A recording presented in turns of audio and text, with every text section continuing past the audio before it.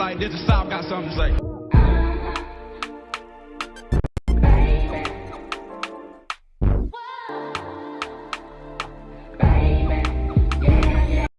What's going on, guys? Good evening. Welcome back to United View and welcome to Match View Live. We are indeed live for the final game on Manchester United's pre-season tour of the United States of America. It is Manchester United versus Everton from the Mercedes-Benz Stadium in Atlanta. How are we all doing? Hope you're all doing good. We're back in the Asylum one more time. The United States version of the Asylum, yes.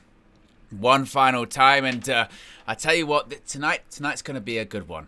Tonight's going to be a good one. Tonight's going to be an epic one. Tonight's going to be something different, folks. Tonight's going to be something different because tonight, hopefully, we're going to see our first look at Bryan Mbeumo this evening. Yes, hopefully we're going to be seeing that. We're going to see the first time that we're going to have Mbeumo and Matheus Cunha linking up together in a Manchester United team. Yes? Kickoff is in just under 2 hours' time. Team news should be coming out in about 45 minutes time. It is going to also be a busy night for yours truly here this evening, folks. Tonight, I'm going to try and do something that I've never done before, right? That I've never done before. And to be honest, I'm a bit confused as to why it took me so long to think of this solution. But tonight, I'm going to be doing double duty. We're going to be doing this match here, which is Manchester United versus Everton. Kickoff's in just about 2 hours' time. And then, at 11 p.m. UK time, SummerSlam Sunday starts. Now, when it comes to that, Simon McGill, you're outrageous. How rude. How rude of you. Something I've never done before. Something I don't even know if I could pull it off. And he's gone, what, kiss a girl? Outrageous. Outrageous. I will not tolerate bullying. I will not tolerate bullying from the UV community. We will not do it. We will not do it here. Okay, guys? No. No, we will not have that. No. Very, very rude. Very rude. I will be doing a simulcast where I'll be doing this game and this. You can't even see this to the left of me here, but I'll be doing this, which is SummerSlam on Own Wrestling News 365. It's going to be a madness. Again, if it's going to work, I don't know, but we're going to find out together, folks. We're going to find out together. It should be fun, yes. So be sure to smash a like on the like button. We're already 20 away from 100 likes, and also be sure to subscribe as well. As you can see in the top right-hand corner there, we are less than, folks, less, we're all getting a bit reckless, we're all getting a bit excited, but folks, we're less than 200 subscribers away, from 199,000. Road to 200k is very much on. So if you haven't already, be sure to subscribe. As I mentioned, I'll have the social media feed up. Actually, I can still have that over here. That'll probably be smart, Owen, to do. There you go. Social media feed is up to the left of me as well. So if anything happens whilst we're live, I will know. I'll also know once team news is released and all that fun stuff as well. So how are we all doing? Are we all doing good? I can see people in the chat.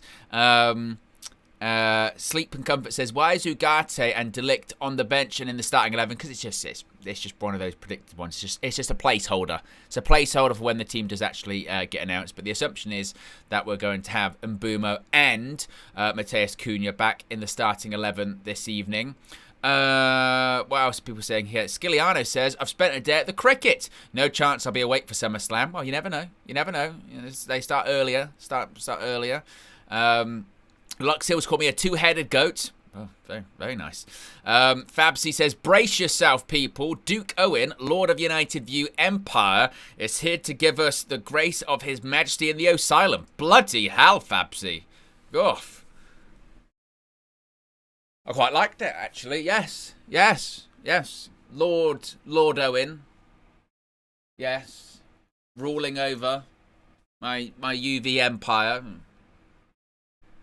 You know, all that kind of stuff, maybe. No. Why not? Why not? Why not? Giggles and Glutes, been a month for 35 months, says, hey, Owen. Hey, yourself. How are you doing? Hope you're doing good. I appreciate 35 months of support. Says, sup, UV. Yes. But yes, Team is going to be coming out in about 45 minutes' time. Before then, we do have a little bit to talk about. We are going to be talking about Benjamin Šeško. We're going to be talking about the latest when it comes to Manchester United's pursuit of the RB Leipzig striker, as well as Newcastle's pursuit of the RB Leipzig striker. We'll talk a little bit about the latest when it comes to Alejandro Garnacho and a move to Chelsea. And then, of course, we'll get into the match. We'll get into the team news, what we expect to see, what we hope to see. We'll hear some preview from Fleck KG. We'll also, when we talk about Garnacho, it got pretty heated. It got pretty heated when it comes to Garnacho from One Culture Cams and KG, the comedian. So we'll be talking about that as well. The latest when it comes to Benjamin Šeško, though, since you asked so politely, folks, is just this. We can show you right there. So Craig Hope, who of course is he's pretty tier 1 when it comes to reporting in the northeast, which of course is where Newcastle is. They have said the longer Newcastle wait to learn if Benjamin Šeško wants to sign, the more chance there is that he is holding out for Manchester United, who are yet to formalise an offer. We haven't actually put an offer down. Newcastle have. That bid was rejected. But Manchester United haven't put a bid down yet. But the suggestion is, the moment that Benjamin Šeško says, right, Man United, that's the only club I want, Manchester United will put a bid down. But they haven't just yet. Newcastle, according to Craig Hope, spoke to the strikers' camp on Sunday, and it is thought they would like a response within the next 24 hours. So, we're on a bit of a deadline when it comes to all of this. Alex Crook and everyone else, frankly, is just confirming that there is still no formal bid from Manchester United for Šeško, and the next 48 hours feel crucial, but the suggestion is, once more, that Manchester United kind of needs some kind of confirmation on players, can they sell, who they're looking to sell. There was a big sort of briefing last night, wasn't there, about a price we were looking for Rasmus Højlund, saying we would be looking for £30 million, as little as £30 million for him, very keen to get, get shift of him. And he could even be involved in this deal with Leipzig if Benjamin Šeško does end up to Old Trafford. Now, Jan Flortov, who has been quite big on this, talking about, he mentioned it a few days ago, about how Newcastle can give Šeško sort of the finances that he wants, but maybe it isn't the club that he wants, if that makes sense. Now, Jan Flortov has said, this evening, there has been talk of the clubs setting a deadline for Šeško's decision. Both clubs need clarity to either push forward or walk away. Both Newcastle and Man United have alternative targets and cannot wait indefinitely. A decision must be made in the coming days. Newcastle need confirmation that they have a genuine chance to sign him, while Manchester United must demonstrate that they can fund the deal. Šeško's first choice is Manchester United. However, he needs to be convinced that the club can actually get the deal done. So I think this is quite interesting. This is that there by Jan Flortov is very interesting, isn't he? So he's basically saying this is a state of play. There's deadlines, but what the deadlines are for is kind of very different. Newcastle are looking at this, going, look, we need to just know whether you're in, because we can fund the deal. We can give Leipzig what they're looking for. We can give you what you're looking for. But just, do you want to join us? Are you happy to accept our offer? It's an offer that's on the table as well. And Šeško, he's weighing up the options, going, well, my preference is to go to United, but Šeško's camp then is going to United, going, look, I can't go, oh yeah, I'll turn down Newcastle. I'm just going to go to Man United, but I don't even know if you can actually fund the deal. Are you going to actually put a bid in? You're going to put a bid in? Meanwhile, United are going, you're going to have to tell everyone that you only want to go to United. Then we'll put a bid in. So it's this like weird game of chess. And it's a bit of a standoff, that, to me. With Šeško, or Count Šeško going, have you got the funds to do the deal? I want to go to you, but can you actually afford to do this deal? And Manchester United are saying, well, if you say you want to join us, we'll then put a bid in, so we can do the deal. So who's going to blink first in that scenario, really? That is the definition of a standoff. They're both waiting for the other person to say something before they do anything. And they're also looking at deadlines that this needs to be done in the next 48 hours. And I think this is maybe what Alex Crook is kind of saying with his reporting is eventually you would think something's got to give there, doesn't it? Something has to happen. Something's got to give. You can't just be in a standoff forever, can you? So, yeah, like Chris says there in the chat, that's exactly my point, Chris. So, where's my chat gone? I need my chat. There you go. So we're waiting for him to say, I want United. He's waiting for us to bid to say, I want United. It's a standoff. And yeah, that's absolutely accurate. I'm not sure. This one has moved very, very strangely, hasn't it? And a few days ago, I did it on one of the morning shows. I forget, they all bleed into one. But when I said I didn't think it was going to happen, I didn't think it was going to happen, and the reason why I said I didn't think it was going to happen was actually because of the finances of, well, it's going to take some time for us to get the money together to do this. We've got to sell players after the first two, but then it came out that actually no, that wasn't the case. I don't have to sell players. But then a bit after that came out of, well, not immediately they have to sell players, but they could buy Šeško now. We can buy Benjamin Šeško now. We just need to buy him with the knowledge that we're going to sell players later on in this window. And I guess Man United are still at that stage where like, well, we don't know exactly if we're going to be selling. But we hope, and we're assuming that Sancho's going to go, Antony's going to go, Garnacho's going to go. But I suppose there's a possibility that those deals fall apart and we end up having to keep them. So, and if this is all going to be done about timing and they want something done in the next 48 hours, it seems very... It seems very, very complicated. Denzel says, "Oh, and I disagree. Šeško needs to decide where he wants to go and can't string along two clubs." Well, this is also the other part of it as well, and I do think it's fair that I do think it's fair that he's got to make a decision one way or the other. If I put myself in Šeško's shoes, I can understand maybe his frustration, where he's sort of going, well, if Man United, how much do I trust that Man United are going to put a bid in, basically? Because basically, I think what he doesn't want to do is say, piss off Newcastle, I'm not interested, I only want to go to Manchester United, that's my decision.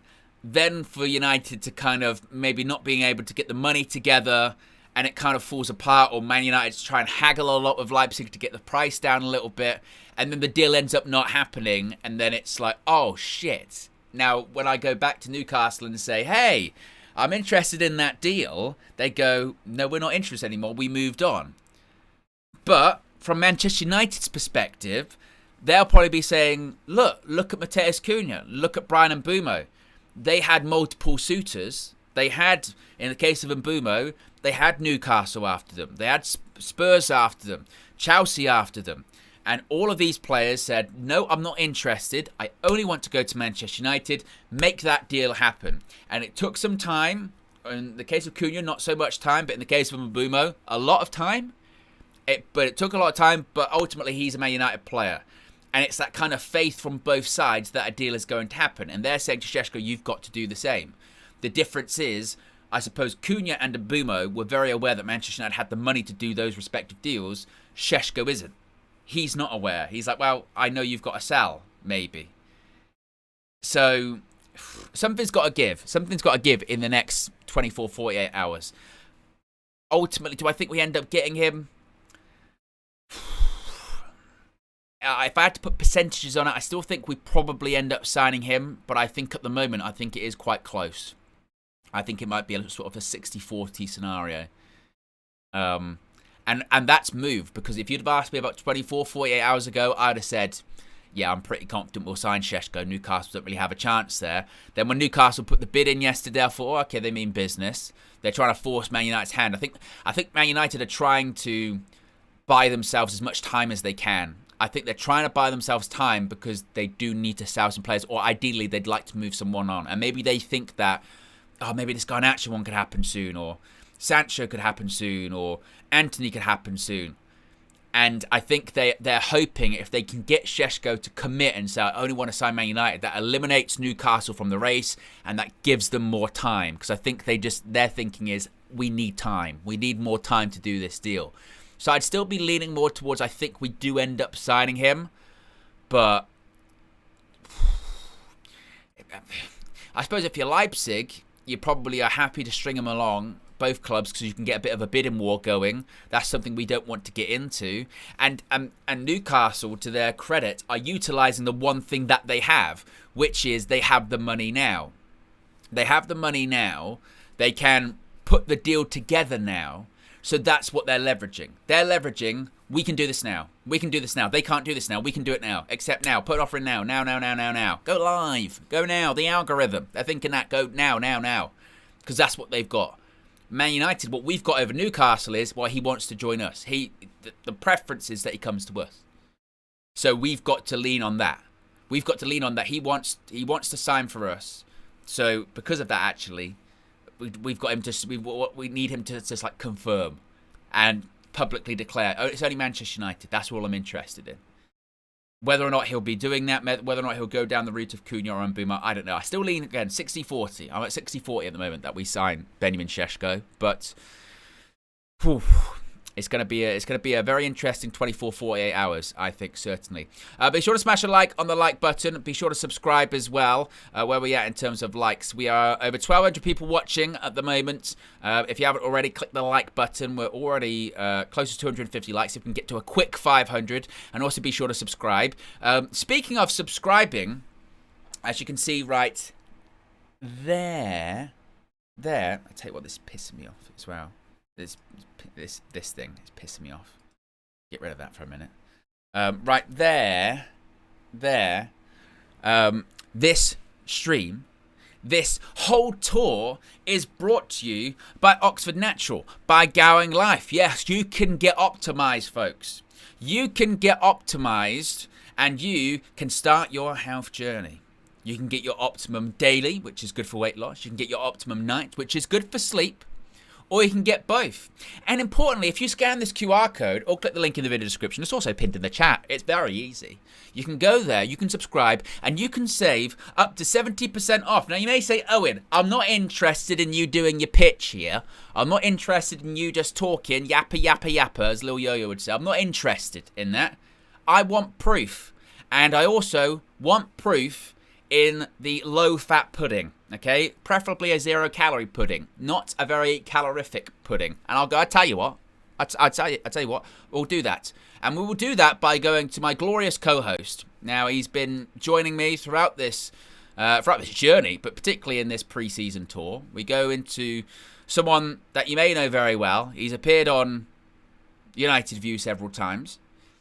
And he's here once again with us now to talk about Oxford Natural, and that is Fat Owen. Yes, this is Fat Owen, yes. Owen a year ago. Share settings. If I could turn back time. He's always talking. He's always chatting. Same headphones, different background, different me, different person. This is pre-Optimum. Pre-Optimum. And this is post-Optimum. This is Optimised, as that's what KG and Josh have been doing. Optimised. And you can get optimized as well. All you got to do is scan the QR code right there.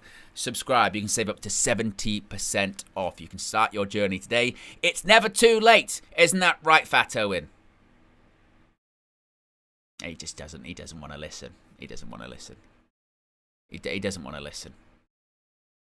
Does he? Nah, not interested.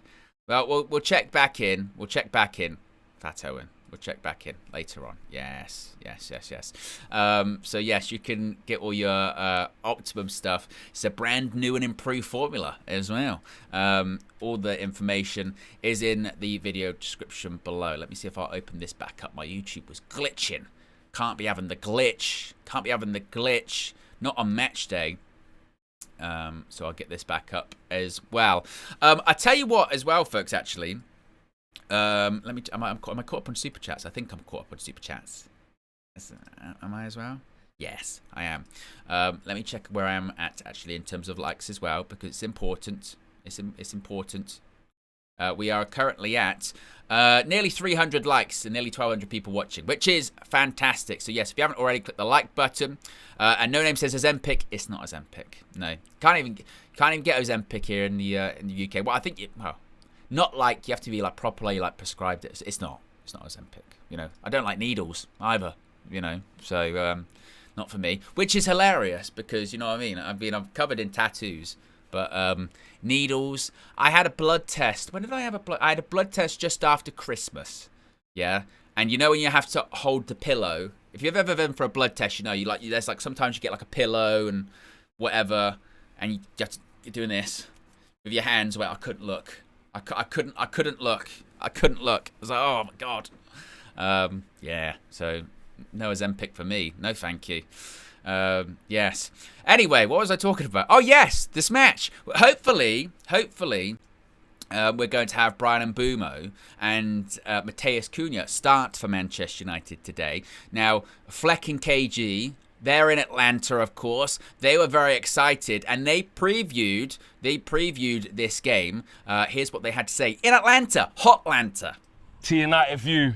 New state. New situation. Atlanta. ATL. Hotlanta. Yeah? Mercedes-Benz Arena, or should I say Mercedes-Benz Stadium. That's solid in stadium. The background. It's a wicked stadium. Spaceships behind us. It literally looks like something out of Men in Black. And Martin Luther King as well. Like, come on, man. You know what I'm saying? I have a dream that Man United will be good again as well. I have a dream that we're going to get 21 in 28. Could you go dream? If you're going to dream proper, innit? No, I dream that we're going to win in 28. Just dream for 21 sooner. I dream for 21 as soon as in possible. 27. As soon as possible. 21. I dream for 21 ASAP. 100%. But Man United are going to be taking on Man United are going to be taking on Everton in the last game of the tour. That's come quick, man. It always just goes I'm gonna fast. have to stop you there. Go on. Shout out going live every single time. Every single time. Shout them out, bro. Optimization. We've changed. 100%. Now go ahead. That's what it is. QR code's always on the screen, like it has been for the whole thing. You don't know what to do. Scan the QR code, link in the video description below. You got no excuses. No excuses. No excuses. I don't hear we're not full strength. But listen, we're in the last game of the tour already. Assessment of it so far, actually, and then what you're looking for out of this last one before you return home for that Fiorentina game, and then it's the season. You know what? I would say a good assessment, now we're awake and stuff, because we tried to assess before and was tired. But a good assessment of Man United's pre-season is one that's filled the fans with a level of optimism. Not we're going to win the league optimism, nothing like that, but just like we're going to be okay. We shouldn't be bottom half of the table. We want to be on the top half of the table. And that's just standard. That's like a basic. Minimum, yeah. That's minimum, like, because, you know, teams like Bournemouth, they've moved to us in the past. Iraola is basically said, hey, these guys are organised. And what the manager's done, which I've really liked, is he's taken it serious from the off. None of this one team here. Remember when we came with Ten Hag and we bought the kids? Yep. And the kids were never going to be used anyway. So it was just a market employee from the club. That's when the club was so stupid. We literally just said, you're going to go play over there. We done like tried to collect bare money for no reason. It was ridiculous. It didn't help the team, didn't prepare us for the Premier League. They played a whole team of kids and left the first team out against San Diego because ridiculous. Money, innit? No, but it didn't help. We didn't use pre-season as prep for going into what we need to do, the business end. Our managers felt differently about that. What he's basically said is, 75 minutes, let me see the best of you. Yeah. And then after the other team that weren't that good, you're gonna play in the next one. Show me something. Show me that you're good enough to be here. And I'm not gonna lie, I have been somewhat impressed with how Amorim's managed this tour so far. Yeah, I think it's helped us by being a little bit more realistic with our opponents. Yeah. I think in the shape we're in, going to play Real Madrid right now, I know the Club World Cup was there, but if we were doing all them big boy things like we have been doing, I just don't think that'll be the best prep. It's better to plan like this, play in the Premier League series, the summer series, which has been great so far. Yeah. Play against teams that, let's be honest, going off of last year, been better than us. Have been better than us and finished above us. Yeah. We're the lowest ranked team out here. From the Premier League last year. So we had to humble ourselves, and I think that's actually helped us to understand where we are and to just reset, because even you've got them big pressure games, if it was Liverpool again or we played Arsenal again at the MetLife, I'm not saying we would 100% lost, it's pre-season, but I just think that toning it down a little bit and just understanding where we're at. The team has needs helped. confidence. Exactly, Like and it's helped build that. And I think we've been on the front foot. We played with intensity. I've loved the fact that when we've spoken to players, when we've caught up with them, the vibe is nice, you know. And I'm not getting carried away because we can't. Like we've been terrible, but what we can do is judge it for what it has been, and we've been assertive. We've done what we're meant to do to Everton, to West Ham, and I say what we're meant to do to Bournemouth. It's kind of like, actually, that was the one we were looking at, like Semenyo and them, man, Cliver. We didn't know we weren't going to play, but you know, all them type of guys, Atoara and stuff, Evan Nilsson, they're giving us hard. They've been on us. They got players. So the way we dispatched with them was probably a bit more surprising. I don't think none of us had like a 4-1. No one had 4-1 written down. And being 4-0 up, and it was only an own goal as well. So literally, like, I like it. And this again, it's a thing of Man United need to build off this, and then again, this game against Everton is another game where you can say, because they'll be hard. When you go to, New Goodison Park, I don't know what their new stadium's called. Hill Dickinson Stadium. Oh, wow. Yeah. When we go there, that is going to be another challenge. And David Moyes, when it does he's more of a guy, January, you don't really want to be visiting Goodison Park or this new Dickinson Stadium, right? But now, Man United, I just like the fact that we look ahead of schedule in terms of fitness. That's the one I keep putting my hands up. Massive truck. That's a huge That is truck. ridiculous. That looks like a monster truck, bro. On the road. It's America, innit? Yeah, but jeez. America!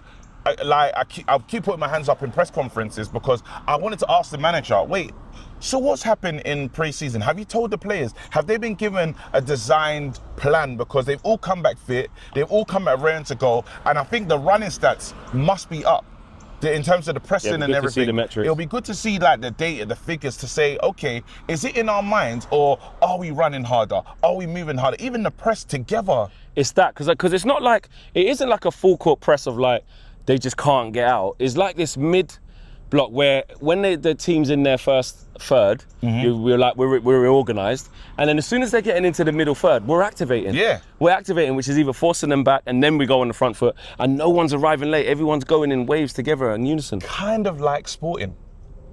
Well, that's the vision. Kind of like that's the vision. We're starting to see, we're starting to see some of that vision. Whether that transpires into the first game of the season against Arsenal, they have to prove that to us. Yeah. That's what I'm not willing to do, is be like, absolutely, start doing, Arsenal don't know what they're in for because of this, that, and the other. Listen, as we get Arsenal shouldn't underestimate us, though. Absolutely not. We'll be able to give them a... Bro, when we were 15th, we're giving them a game. Shouldn't do that. So we will be ready. Yeah, bro. We'll be ready. And I know it's the Arsenal thing you always want to say, but I'm just saying of our own criminality. I understand what you're talking about. I'm not trying to see Everton. I'm not saying I'm ready for every game. I'm not saying now. We'll give them a game. It'll be the first game of the season. Old Trafford will be rocking. We'll be ready. But what I'm saying is that seeing this in pre-season, as we've seen with these lot, we can't just take that and be like, oh, they're going to do that in the season. We need the season to start. But what I won't do is kind of like shit on what they've done in the because they've prepared so far up until this last game, which I expect this next game to be a W as well, in the same manner. They've done everything that they should be doing. I wanted 2 wins. Remember I said 2 wins. And it's going to be free, bro. And we're going to be Summer Series champions. First trophy of the season. First one available. I like that. First trophy available. First one available. Yeah, it's good. You know what? Like, it's crazy because it's mad hearing Man United fans like ourselves talk with a level of calm and restraint. Yeah, before it all starts. Restraint. Last season before, like, Don Robbie saw me outside the game after Arsenal. I was talking about a raw top 4 finish. Oh, it was crazy. We're going to finish above them, everything. We're not on none of that. Nah. We're on taking it easy and staying in our lane. Stay in our lane. Yes. And just each game by game. But again, the Premier League are going to struggle if we get our mind together. So. Absolutely. There you go. Quick prediction. What are you going with? Huh? We win. Yeah? 6. 6-0? Nah, they might score. 6-1, 6-2? Yeah, 6. Okay. 3-1 Man United. And we're going to be Summer Series champions. Smash the like on the video, subscribe to the channel if you are new. Hopefully, this is the Mbumo debut. Yeah? Mbumo debut. Boom, boom. Did you get the boom in the back? Innit? Boom. Let me hear you say Mbumo. Let me hear you say Mbumo. Yes, Mbumo. I think Brian Boomer. It's boom, isn't it? Mbumo. Every time we go to Boys, what have you. But it's Mbumo. And look at the statistics. Look at the statistics there for Brian Mbumo. Last season in all competitions, 20 goals, 9 assists in 42 appearances in the Premier League, and hopefully this is what we're going to see this evening. Of course, Ruben Amorim did confirm after that first game, and we all thought we were going to see Brian Mbumo, didn't we? We all thought we were going to have Brian Mbeumo, I think we had him on the thumb, and then it very quickly came, he's not in. He's not playing, no. And not only that, he's not going to play the next game as well. And the suggestion was Atlanta, Everton, this was going to be the time. And hopefully, where's the Manchester when you need him? The time is now for Brian Mbeumo to be playing for Manchester United and not making his unofficial debut in a pre-season game. That's what he shall be doing, hopefully, this evening. And it would be exciting. I mean, you know what was so funny, wasn't it, in the last game with... when that team came out, obviously it had no signings, didn't it? It had no new signings in it. It was the team, bar, was it Dallo and Heaton, that started the Europa League final. And rightfully so, everyone was very negative on it and was like, oh, this team's rubbish, nothing's changed, this team's going to be awful.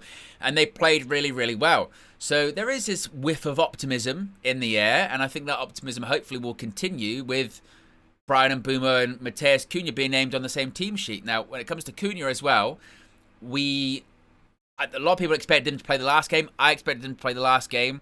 When the teams came out and we saw that, okay, Cunha's in the starting 11, but he'll be in the squad, and he wasn't in the squad, it was like, oh my God, what is going on? What's happened? And Ruben Amorim said, no, just fatigue. Just a bit of fatigue. And he could have played today. He wanted to play, but we're just taking it steady. Fatigue, it's fine. You'll be available for the weekend. Now, here's hoping that the fatigue's gone. He's going to play... Well, Ruben's been playing... Whoever starts plays for about 65 minutes, don't they? So, hopefully, Cunha and Mbeumo, they play for 65 minutes, and they're ready to play against Fiorentina next weekend, and then they're ready to play against Arsenal the weekend after. Because, folks, 2 weeks today, mate. Go on the big screen, Owen. Go on the big screen. 2 weeks today. 2 weeks today. In fact, it's less than now. It's less than 2 weeks today. Because by this time, in 2 weeks' time, we will have known what the result is for our opening game of the season against Arsenal. It would have finished. What's it, 4:30 kickoff on Super Sunday? Something along those lines? Yeah, now it's 8:30. Yeah, we'll know. I'll probably just be wrapping up like the full-time view ish. Maybe that may be after. I'll use words in a minute. But less than 2 weeks' time, we shall be talking about us playing Arsenal and how that went for us. It's a big 2 weeks, isn't it? When you put it like that, when you think about it like that, you go.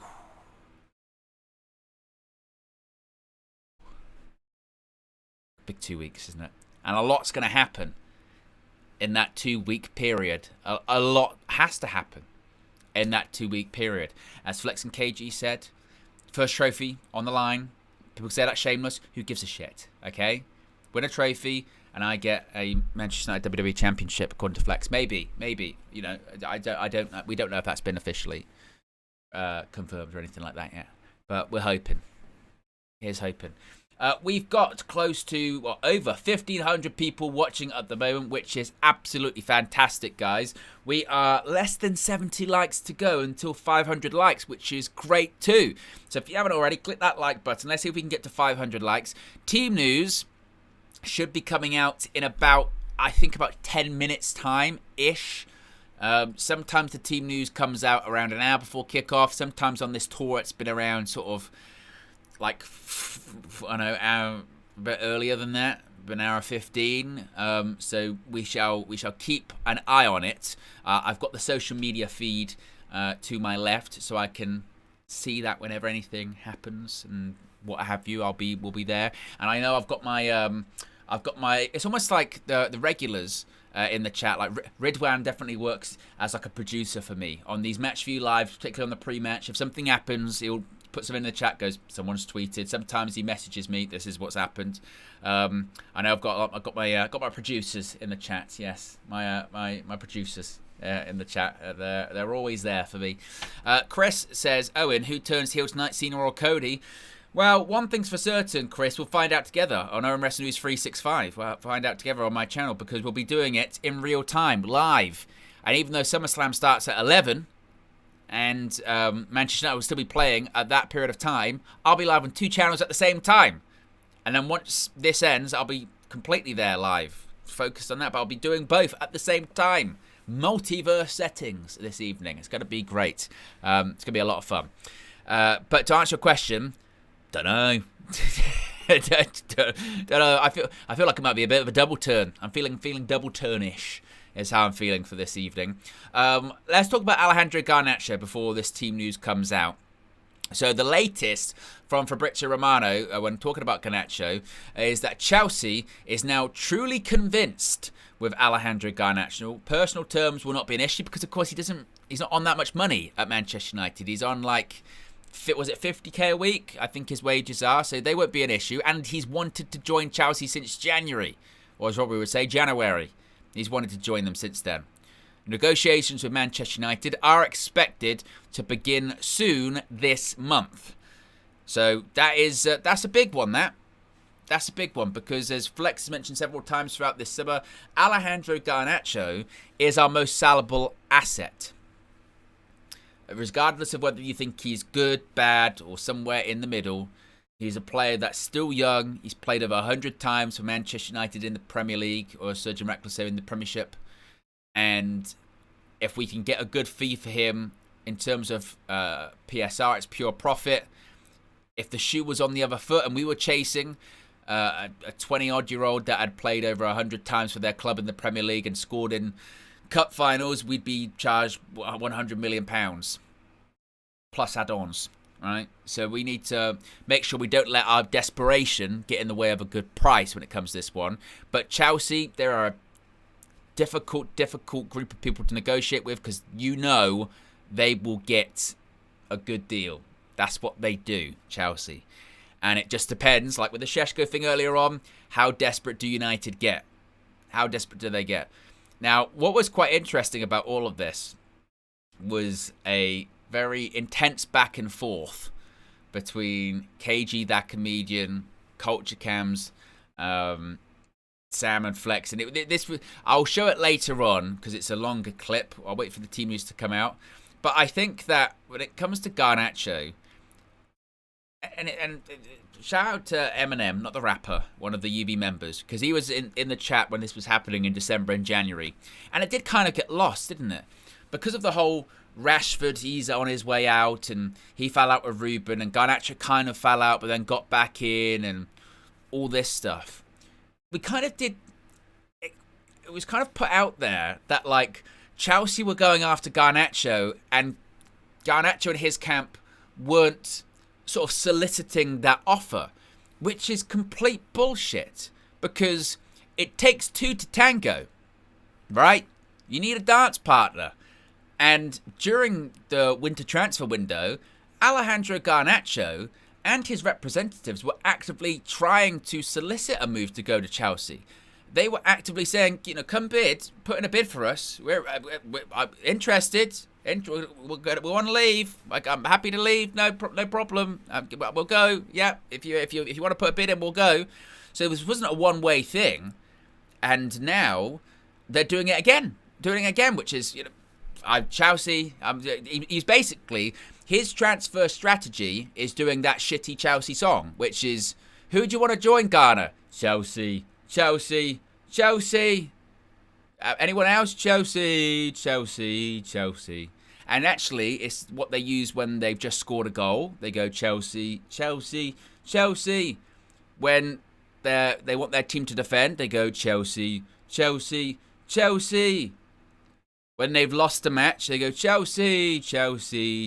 That's all they've got. That's literally it. That's the chant right there. And I guess that's how they negotiate as well. What kind of funds are you looking for? What kind of fee are you looking for? Chelsea. They go, these guys are fucking nuts. They're just the same thing over and over again.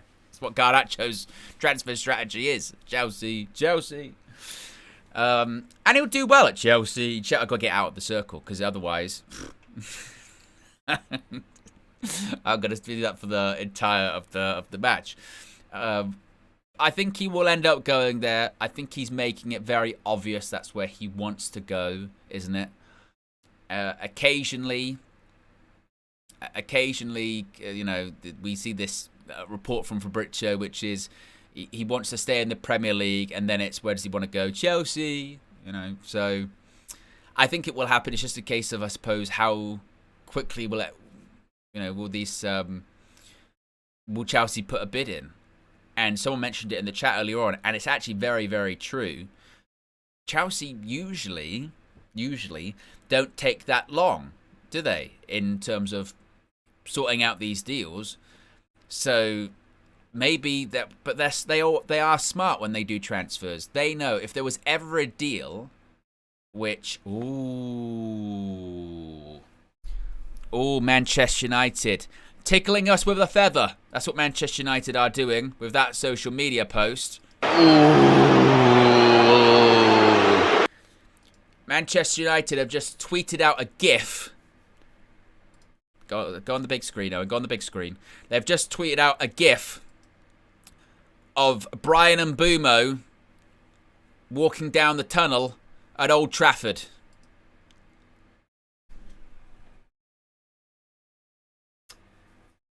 Well. Yes.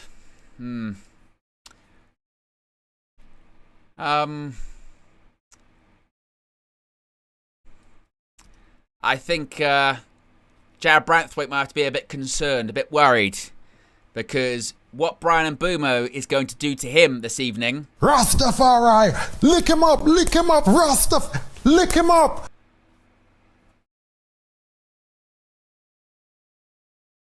You better watch out, because we are come for you. Your rank, Rastafari. Got to be very careful. Be very, very careful. Branthwaite. We wait. I think, 3 minutes we thinking? It's gonna be 8:45. It's gonna come out. It's got to be, hasn't it? It's got to be. The procedure will be parliamentary. You should have seen it last night, SummerSlam. I forgot to tell Flex. Jade Cargill came out and she was wearing a Jamaican flag. The soundboard was soundboarding at that time. I tell you, the soundboard was absolutely soundboarding at that point. Good grief. Where are we at? We've got close to over 1,800 people watching right now, which is great. If you haven't already, click the like button. Let's see if we can get to 750 or 1K likes for the news that Brian Mbumo seemingly is about to start his first game for Manchester United. Manchester United in the Premiership. Okay, Brian Mbumo. Ruben wants players that are totally committed and play good football in the Premiership. That's what Ruben wants.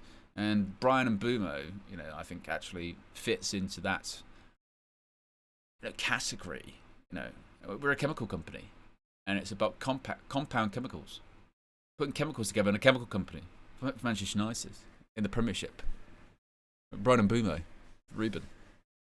That's what it wants to be. And I tell you what, if Brian Mbumo doesn't start after that from Manchester United, he'd be like, "You pricks, don't do that to us." Don't just, as 21st century football says, imagine Man United's the leak. Man United's the leak. They're leaking team news now. They were the leak all along. It was Manchester United. It was a social media admin. Yes. Well, we wait patiently. Well, we will try our best to wait patiently for this team news to come out. I mean, Man United, they posted that again a couple of minutes ago. So we wait. Well, should we just wait in silence? Kickoff, by the way, is in 1 hour and 15 minutes at the Mercedes-Benz Stadium in Atlanta, Georgia. It's not the best accent. I'm not the best accent guy. The only impression I can do. Do you know how actually disappointing it is that the only impression I can do is Sir Jim Ratcliffe, sort of an old wealthy man. that's. I'm not playing into stereotypes very well at all, am I? Good grief. Right, so Manchester United, whether they're going to, we're waiting for this official team news to drop. I mean, United have just dropped the gif of Mbeumo walking down the tunnel at Old Trafford, and there you go. That is the Manchester United team news. I can bring it to you, folks. Right, in goal, we have this is the news everyone wanted. In goal, we've got Bayern Dia. Forget Brian Mbeumo. We've got Bayern Dia playing in goal. Hey, we've got back three of Matthijs de Ligt is in the middle, Luke Shaw on the left, and Lenny Yoro at right centre-back. We've got in midfield Manuel Ugarte and Bruno Fernandes. The wing-backs are Ahmad and... Is it Dorgu? Oh no, it might be Dalot. I think Diogo Dalot is playing on the left. That surprised me a little bit. I wasn't expecting that. In the 10s, we have... Ooh. Ooh. Ooh. Ooh. One of the new signings is playing as a striker. That is very, very interesting. I wasn't expecting this. So I think Brian Mbeumo or Matheus Cunha could be playing up front. Bruno Fernandes is actually in the 10, it looks like. Or, wow. Or it could be Kobbie, but Kobbie Mainoo's also in this team. Oh, there's a couple of wrinkles in the game plan here, folks. I was expecting to go all the way to striker, but no. No. So let me get this, then we can discuss this, because either Bruno Cunha or Mbeumo is playing up front. That's interesting. Very, very interesting. Let's get this starting 11 on the screen for you guys. Very curious. Right. Is that the one I'm looking for? Yes, right. This is the Manchester United starting 11. You can see it on the screen right there. It is Bayern Dia in goal. It is Lenny Yoro, Matthijs de Ligt, and Luke Shaw as the back three, which was the back three I predicted, and I think that's the back three that Ruben likes. Ruben likes that back three. It's obviously very balanced. There is pace in there with Yoro. Obviously, there's technique in there with Yoro and Shaw. De Ligt, leadership. Is not a bad back three at all. Just how often can he play that this season with Luke Shaw's injuries? Time will tell. Wing-backs I am a bit surprised with. I thought, as soon as we saw Ahmad, I thought we're going to see Patrick Dorgu on the left-hand side, because Patrick Dorgu in this pre-season tour has been brilliant, hasn't he? He's been absolutely brilliant. But Dorgu's on the bench. Maybe, once again, rest, fatigue, we shall see. So that's a little bit surprising to have Dalot on the left-hand side. In the middle, we have Ugarte, and, well, according to the Manchester United sort of team of it looks like they're saying that Kobbie's going to be in midfield with Ugarte. It could be Bruno. It could be Bruno in there, and Kobbie could be in the 10. But we have seen Kobbie play a little bit deeper in this pre-season. Bruno, though, could be deep, and Kobbie could be in the 10. And then we get into that sort of front three, which many people, including myself, assumed it would be Mbeumo, Cunha, and sort of Højlund. Instead, it looks like it's Bruno, Cunha, and Mbeumo. Now, any one of those three could be up front. Any one of those three could be up front. Now, a lot of people are saying maybe 3-5-2, sort of Bruno's just in front of Ugarte and Kobbie, and it's Cunha and Mbeumo in like a 2 up front. That could be a possibility as well. That very much could be a possibility. In fact, you know what I'll do? I'll do an alternative. I'll do an alternative so we can switch between the two. Because that would be good, wouldn't it? So let me just do this. 3-5-2. And then we can have another version. Another version of what this could be. So Bruno could be just in front. Bruno could be just in front of Ugarte and Kobbie, which might actually sort of facilitate Kobbie a little bit more, actually. You know, we're sort of saying, well, Ugarte, if he's in like a 3-man midfield, that works out a bit better for him. Maybe because this is quite curious what Ruben Amorim could be going for here. And again, we don't know that this is exactly what it is. We'll find out very quickly once the game kicks off. Obviously, kickoff is in an hour and 10 minutes time at the Mercedes-Benz Stadium in Atlanta. So let's go with that. I'll just make sure this is all sorted the way it should be. With the watch, call it, and the thingy. It's nothing like doing it whilst you're live, is there? That's always the fun of this. There you go. Alright, it's fine. Alright, move this to here. I'm going to get to your super chats in a second as well, because I can see your super chats are there. Home. 1. Boom. The watch, call it, and the thingy. Doing this live. Doing this live. Which is always so much fun. It's not pressure at all. And that's the other one that I was looking for. Right. So, if it's not this... Oh, I hate when it does this. Gotta make sure this is the right size. There you go, with the watch, call it, and the thingy. It could be that. It could be that.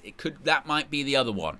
We could be looking at a situation where they're both playing a sort of attacking, sort of striker-ish kind of role, and Bruno's just a little bit deeper. Or it's the formation that we know, which is it's the 2 10s and it's the lone striker. What do we think it could be? What are we thinking there? Do we think it's that, or do we think it's that? Interesting. Very, very interesting. Could be that, could be that. Or, I mean, it could be, obviously, it could be a situation where Cunha's at front and Mbeumo, or possibly. Could be that. What are people saying here? The super chats. Harry says we're possibly doing a 2 up front, which we just had on the screen there, which was that. Jason with a super chat. Big up, Jason. Jason was over on the on my stream last night as well. Big up to you. Appreciate you, Jason. I'm just putting some hearts on that, actually. There you go. It says, apart from Bayern and Dalot, that could be our starting 11 against Arsenal. I mean, yeah, you probably say, in terms of our strongest team, in terms of our strongest starting 11... right now, you probably go get Dorgu into the left, and then who is, you know what I mean, who is our best goalkeeper at this point, right? They're saying there's a chance, isn't there, that Onana plays against Arsenal, he might be back in time, but there's a good argument to say that Tom Heaton's our best goalkeeper. He actually made proper, big saves. Actual legitimate top quality saves. His save with his feet against Bournemouth was pretty good. So there's an argument to be made that you put Tom Heaton in goal, and that's our best goalkeeper, and then you put Patrick Dorgu in, that could be a situation. As far as the bench, you've got Heaton, you've got me, you've got Dorgu. For those asking why about Dorgu, it is a situation where it could just be a bit like with Cunha, fatigue, or he's thinking ahead, thinking of something he might want to use against Arsenal. Perhaps we shall see with that. But again, it could be this, where Mbeumo and Cunha are possibly sort of two in the sort of striking roles, or it could be this, which of course is the lineup that Ruben Amorim has always gone with, which is the more traditional 3-4-2-1. But I don't know, this one does feel like it makes more sense, doesn't it? That feels like it does make more sense. In terms of people on the bench, we've got Heaton, me, Dorgu, Fredrickson, Aidan Heaven, Diego Leon, Harry Maguire, Casemiro, Toby Collier, Sekou Kone, Mason Mount, Rasmus Højlund, Mantato, Chido Obi, and also Williams. Of course, Williams scoring in the last match against Bournemouth as well. We've got, how many people watching? We've got close to 1,800 people watching, which is great, guys. We are just over 600 likes. Let's see if we can get to 1K likes before kickoff. Kickoff is still over an hour away. Kickoff's at 10 p.m. UK time. So if you haven't already, click that like button. Remember, for every 1K likes, we score goals. It's not true, but we just say it sometimes here at United View. You know what? This is a really, really curious one. Has he... The thing is, this goes back to this whole, formation debate all over again, doesn't it? Because last season there was all of this chatter about Ruben Amorim. He's not flexible enough. He should be flexible. Why is he not flexible enough? And that formation, it doesn't work. And he would come out, wouldn't he? And he'd say, well, that whole thing about me changing my formation, I don't feel like I need to because the formation changes in the game. The formation changes in the game. Like, yes, we start with a back three, but sometimes we go to a back four, and sometimes we have one person up front, but that changes to two people up front. And, you know, with the wing backs, they act as wingers and defenders, so it switches around all the time. We've got different formations in and out of possession, so he was basically saying, I don't really understand that. So in terms of what formation he's starting with tonight, I would probably still lean on to, it's probably on paper still going to look like this. Still going to look like this. Now, at points of the game, it will go to that. Naturally, you'll have situations where Mbeumo and Cunha turn into a front two. Because, you know, if Mbeumo or Cunha start as the lone striker, naturally, one of the 10s will come into support. That's just how it's going to be. So, I think maybe, like Skiliano says, I think maybe we're too hung up on what's the formation look like on paper. What's the starting formation on paper? Does it really matter? There are going to be times when, yeah, it's like this. There are going to be times where it's like that. There's going to be times where it's just Bruno up front. I mean, when Joshua Zirkzee comes back into the side, he calls himself a 9.5, but he's a false 9. So he'll be maybe starting up front, but then dropping into a 10 and doing all this and all that. And there'll probably be points in the game where Bruno drops deep. There could be a situation where it's Bruno alongside Ugarte and Cobby's, further forward. So maybe too much is being placed on that. Now, just in terms of a bit of an update on silverware, folks, the only way Manchester United do not win the Premier League Summer Series tonight is a 3-goal loss against Everton. That's the only way. The trophy is we've already got one hand on it. One hand on it, this trophy. We just have to make sure we don't lose by 3 goals against Everton this evening, against Moise. And then we'll be lifting a trophy. Manchester United in the Premiership Summer Series. That's what we'll be doing. Kristen with a super chat here. Appreciate you, Kristen. A member of the Amorim Protection Agency, APA, says, what's happened to Mazraoui? Haven't seen him since the Leeds game. Well, if you saw on the vlog from Flex KG, Josh, etc. in Chicago, he is with the squad along with the injured players. Along with the injured players like Onana, Martinez, Zirkzee. He is with the team, and I think he's doing individual training or light training, or he's doing stuff with that group. So he's got a knock or some kind of injury. I guess the hope would be that he might be back. Maybe he might be back for the Arsenal game. A big indicator, of course, will be Fiorentina next weekend, won't it? See if he's available for that one at Old Trafford, which will be interesting. Big Yo-Yo, of course, one of the many yo-yos in the yo-yo-verse. Yes. Talk about Into the Spider-Verse and what have you. Into the yo-yo-verse. There's many. There's little yo-yo, there's big yo-yo, there's extra small yo-yos, extra large yo-yo.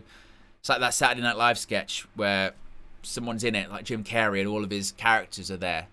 You know, it's pretty wild.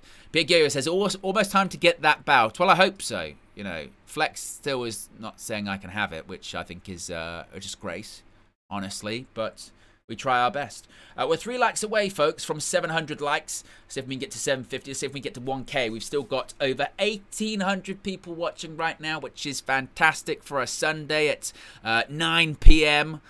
This is the Manchester United starting 11 that you can see on the screen right there. It's one of many possible starting 11s. I'll put that one up there because that's Ruben's usual formation. But there could be a few changes in terms of who starts at front, who starts in the 10. Do we even have 2 10s? Do we have 1 10? This could be a bit of flexibility. And you know what? Maybe I'm going crazy here, folks. And you tell me if I am. Okay, I know you don't sugarcoat it when it comes to honesty, the UV community. Maybe I'm going crazy here, but do I whiff a little bit of optimism from the UV community here? Do I whiff a little bit of oh, that team doesn't look too bad. Oh, I'm quite excited for this match. Oh, yeah, Man United, they've won some games in this pre-season tour. They've scored some goals. Oh. Skiriana says not from me. Simon says sound good. Kofi no. Shahil says yes. Yeah, it's a mixture. It's not everyone. I'll give you that. It's not everyone, but there is a little bit, just a smidge of optimism. And of course, because we were in the pits of despair last season, I think people are mistaking optimism for like, oh, so you're saying you think Man United are going to win the league because we've won a couple of games in pre-season. You go, no, I'm just actually looking forward to the games, which I wasn't doing before. You know what I mean? And that's always the way, isn't it? I spoke about this Friday on the Trinity, that I think there's this kind of mistaken viewpoint that, so the last few games, of course, in this pre-season tour, Man United have played well, and they've also, they've won the games, but they've also won the games by playing well. Now, if we would have lost those games, and played poorly in it, what would the reaction be? The reaction would have been negative, wouldn't it? Of course it would be. Look at this. We're losing to these mid-Premier League teams. We're not ready. We're shit. Nothing's changed. Ruben's going to flop. It's a disaster. Manchester United, we're all a disaster. We're rubbish. Here we go again kind of situation. So by that point of view, we're saying that pre-season does count for something, right? We're saying that counts for something, because if you lose games in pre-season, it's going to have a negative impact on the season ahead. Therefore, it counts for something. But then at the same time, if we play well and we win games, it doesn't mean nothing, mate.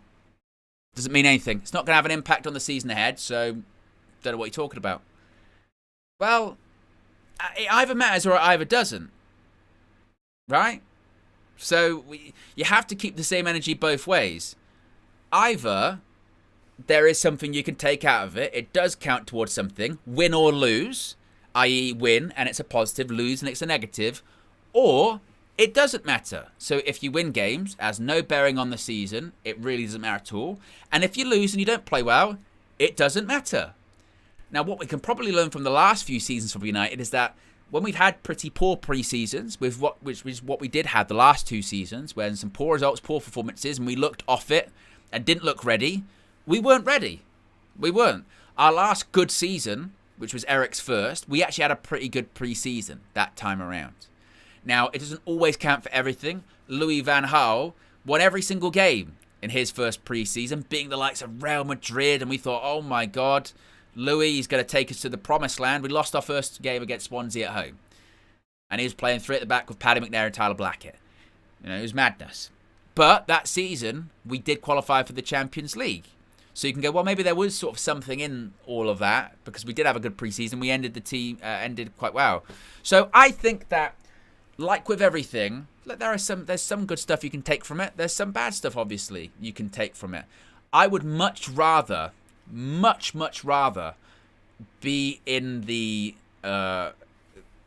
school of, well, we've won games, we've been playing well in this pre-season, therefore we've got momentum and we've got optimism going into the season. I would hope that is the case, and we need it. Like our first game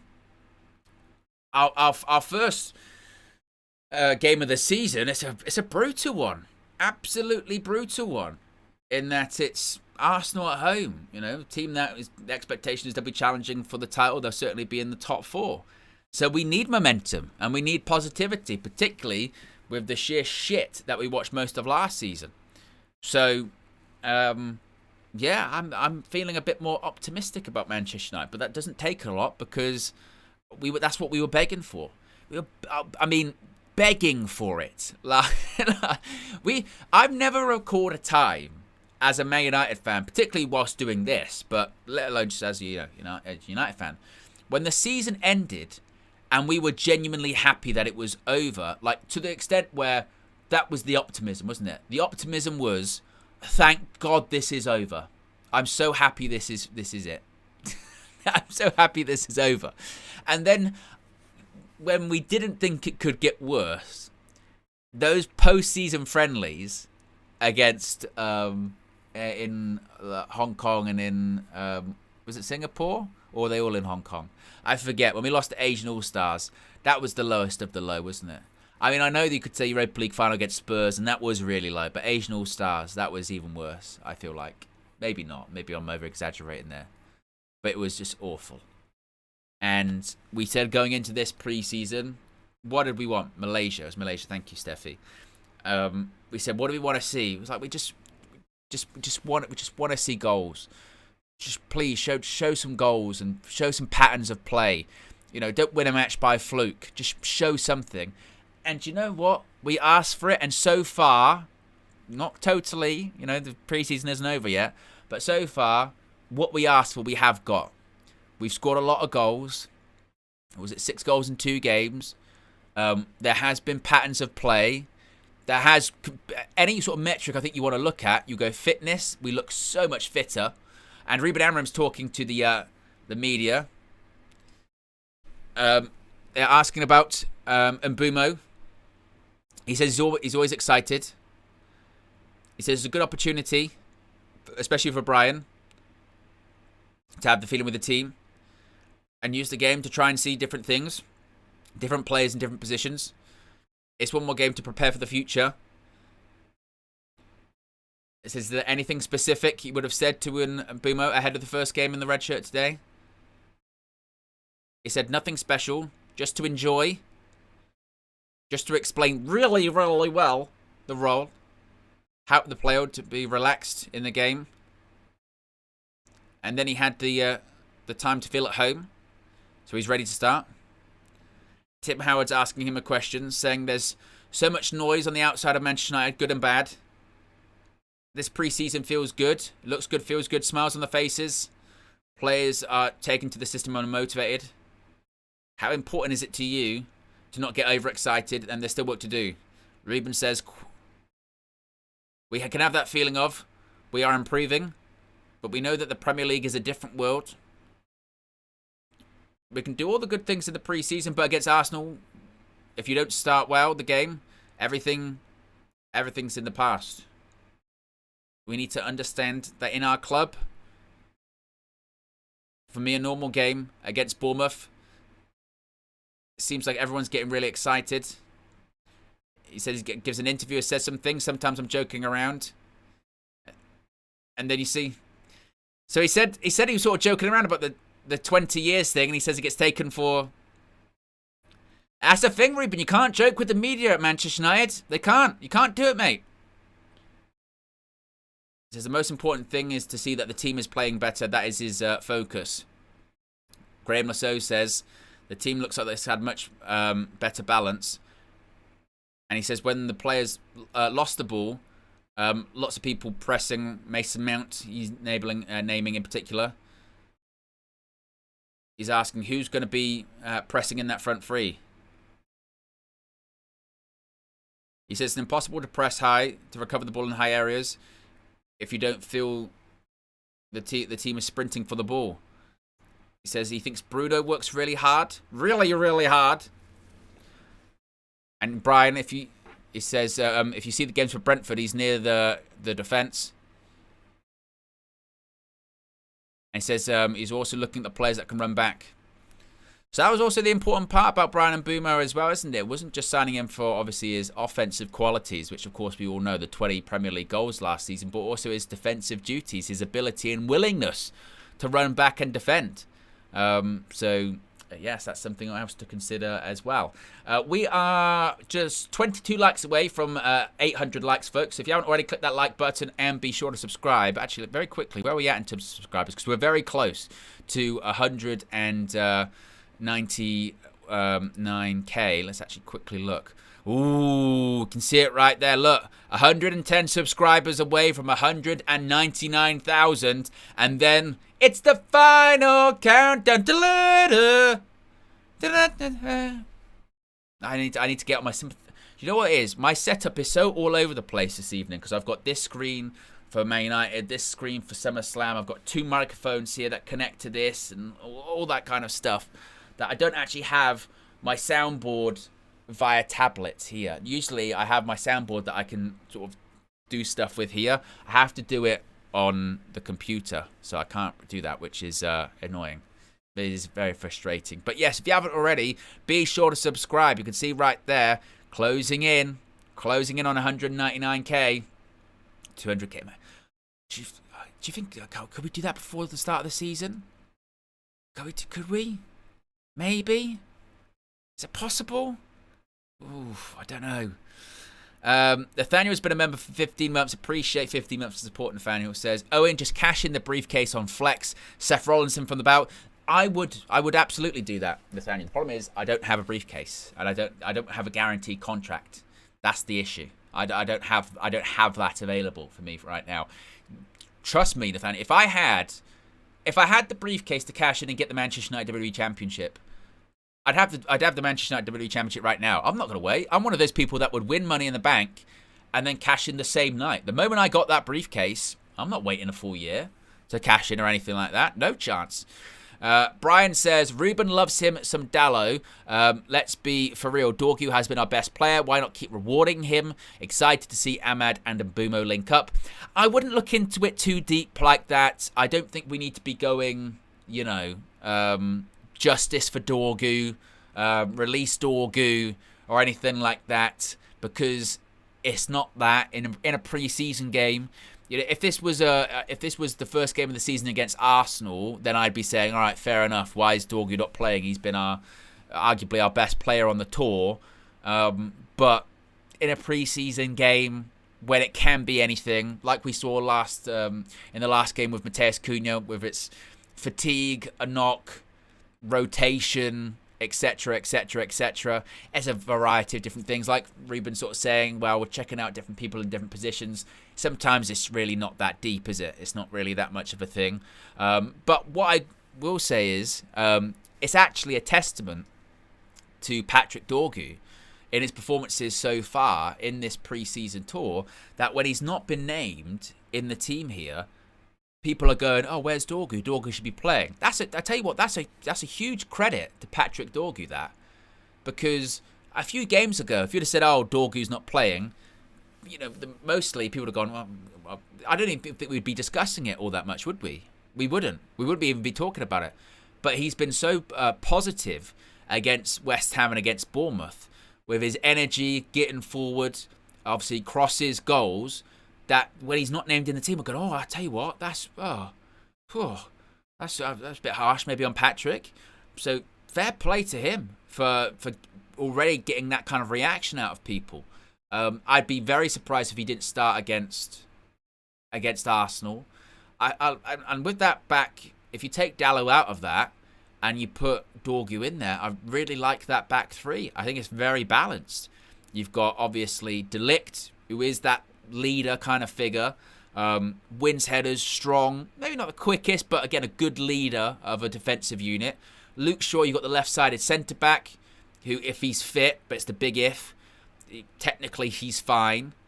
I think in the future, I think you've got to look for a left centre-back, though, whether that is Aidan Heaven, whether that's someone else. But Luke Shaw's days there are numbered, but for now, I guess fine. Lenny Yoro, top talent. He's only getting better. The more you watch him, the more you just go, he's getting so much better, and he's getting pace. I think he puts on a little bit more size. He'll be even better. He's technically proficient stepping forward with the ball. So you've got recovery pace, and you've got actually passing range, because Yoro a couple of times in those games was getting into forward areas and doing those big, long diagonal balls over to the 10s on the opposite side. So Cunha or whoever was in that 10 position. Then you've got Ahmad, of course, who, when he played at right wing back last time, there was maybe a bit of a discussion of, oh, he's not been in the game that much. Maybe he needs to get, Ahmad needs to get in the game a bit more. He needs to get in the game a little bit more, Ahmad. And I don't see that as a bad thing. I really don't. And I mentioned this during the game when people were mentioning this, that just because Ahmad wasn't touching the ball every 5 seconds, that's not the worst thing in the world. We have to, I think, get out of this mindset of, we've got these players like Ahmad or Bruno, And if they're not on the ball, or if they're not involved in the game, we're just not going to win. Because we get so over-reliant on these players. Last season was evident of it, wasn't it? If you stop Ahmad and stop Bruno, you stop Man United. Because no one else is going to do anything. We got no quality elsewhere. No one else is going to create. No one else is going to score goals. No one else is going to sort of test the opposition defence. No one else is going to do anything of substance. So if you stop those two, that's it. A good team, you don't just stop one player and then that's it. You know, if Ahmad's having a quiet game, it doesn't matter that he's having a quiet game because they've still got to deal with Cunha and Bumo, Bruno, Kobe. It's like, don't focus on that one player, keeping him quiet, because you've got to keep the rest of these players quiet. And when they're focusing on those other players, that's when your Ahmad gets a bit more space and then gets more involved in the game. So I think that's something maybe to get not too focused on, the whole, Ahmad was a bit quiet in that game. And I wouldn't necessarily say so. What are people saying here on social media? Just seeing if there's any updates on the teams or anything like that, any possible position changes or anything like that. Laurie Whitwell has said on social media, first time in a United shirt for Brian Mbeumo, who probably starts at front. Shaw could be left wing back with Dalot right centre back. Really, Laurie? Really? And he said Shaw could be left wing back with Dalot right centre back. What, so he's suggesting that then Lenny Yoro would be left centre back? I doubt it. I doubt it. I think the most likely one is the one we see on the screen. I mean, it's balanced, isn't it? You know, it's Yoro's right foot. I'm not sure why you would then have Yoro. Why would you have Yoro at left centre back? And then Dalot at right centre back. I mean, he's played there before, obviously, but the most likely one to me would be the left-footed player at left centre back, right-footed player at right centre back. Dalot's played on both sides. I would be surprised by that one. I'd be surprised. Mainly because we haven't seen Dalot play that much as a right centre back. Maybe that's because he's saying, you know, we're even talking about changing things or trying different things, perhaps. But I'd be shocked. I mean, as is always the case with this kind of stuff, with you know, when we always have the debates pre-match, who's going to play where, who's going to do what. A lot of the time, the most obvious answer is the correct answer, more often than not, really. And to be honest, if Luke Shaw at left wing back, as Bonehurt says there in the chat, you probably only get 30 minutes out of him at left wing back. He'd be done. He'd pull a hamstring. I mean, he nearly got injured last game playing left centre back or wherever he played, didn't he? He was down, and here we go again. It was Groundhog Day. So yeah, I don't see it, Laurie. To be honest, maybe he's the oracle. We'll have to wait and see. It's not Paul Heyman. Maybe Laurie's the oracle. Kickoff is in about 40 minutes time for those that are asking in the chat. It's going to be at 10 p.m. UK time, which is in Atlanta. What is that? 5 p.m. 5 p.m. local. I think Atlanta's 5 hours, isn't it? Let me check. Yeah, Atlanta's 5 hours behind. Know my time. Yes, yeah, know my time, me. We're less than 200 likes away from 1K likes, which is brilliant, folks. We're doing really, really well this evening. We've got close to 1,700 people watching. Less than 150 likes to go to 1K. If we hit 1K likes, remember, it means we score at least a goal. So, I mean, it doesn't really, but we'll keep on saying it because it's important to... Once you've started lying, you just got to commit to it, haven't you? You've got to commit to the lie as much as you possibly can. And that's exactly what we'll be doing. So if you haven't already, click the like button. You know what to do. Yes. What else have we got for you? What else can we talk about and can we show you? Well, we were talking actually a little bit about this Garnacho stuff earlier on, weren't we? We were talking about this Garnacho stuff. We were talking about the argument between Culture Cams, KG the Comedian, Flex, about Alejandro Garnacho and about if Garnacho was right or wrong. We won't watch all of this, but we'll watch a little bit. let me know your thoughts in the chat, because I got a lot to say about this. At the Mercedes-Benz Stadium here in Atlanta, and we've got these guys with us, Mr. Culture Cams, Mr. Sam Obaseki. We thought we'll catch up. Yes. Talk ball. We have to talk ball, man. And you know what? I had a conversation with Sam, and I told him, listen, run the money for Garnacho. Yeah, simple. I want 65 M's. It's never going to be 65. And I ain't want to do to Chelsea what they've done to the rest of the league. I want Madueke tax. I want Mason Mount tax. Why can't we do that to them? They just bought Gittins, bro. Nah, less stats. He's done worse. He had a worse season than Garnacho. I want big piece. On the first one, we'll come to you in a sec. On the first one, from a United perspective, it's interesting because just because we started rolling, you're not on the sale of Garnacho. You don't think we should be selling him? I don't think so. I don't think so because one, I don't think we're going to get that much of good money for him. Like people are saying 40 million, but what does 40 million do for us in this market? Not much. So I'm not going to. I wouldn't sell him for that. Secondly, I don't think the reasons why we're selling him makes that much sense. Like for him to be exiled and out of the squad and training by himself, and I don't think what's happened has been that deep. I'll be honest. You think him giving an interview saying I should have started? I think he was right. Listen, hold on a second, yeah? How many times has Ruben Amorim said something in the media, then come afterwards and said, I apologise, it was the heat of the moment? But Garnacho can't do that. Is Garnacho the manager? No, it doesn't matter. Is Garnacho the manager? Ruben Amorim can walk in, break TVs, then say, oh, I'm sorry, guys. But then Garnacho can't voice his frustration. Sir Alex was allowed to do that, mate. Because all Garnacho said is that he wanted to play. If Garnacho said, oh, everything's rubbish, why am I even at this football club? Then it's different. He voices frustration because he wants to play. I don't have to be with that. Wait a minute. No, there's a problem. There is a problem. There is a problem because you're talking about the culture of the club, and there's no way a player, is he doing that for Sir Alex? Is he doing that for Jose Mourinho? No, it doesn't matter. You have to start somewhere. Let's have it right. No, but you have to start somewhere. But wait. You can't just become a big man. No. This is why you wanted to be. Wait, hear me out, yeah? We'll call you back when we ask for the money, man. You're just here to laugh at us. I just clocked this whole thing, bro. Listen, let me get in. This was a laugh at us. Flex, listen to this. You hear me out, yeah? You're saying, is he that man? You become that man over time, so you can't just switch your whole method. But he's not leaving because of that. He voices frustration. Like, it's simple as that. He voices frustration, and he shouldn't. It doesn't require him to be exiled of the squad and banned from training facilities and all of that. It doesn't require. No, but you're forgetting that Garnacho has done more for this football club than Ruben Amorim has. Garnacho, before Ruben Amorim came, he was a cup final winner. We were screaming, Carrington have won us the FA Cup. Carrington. Now it's let's back the manager.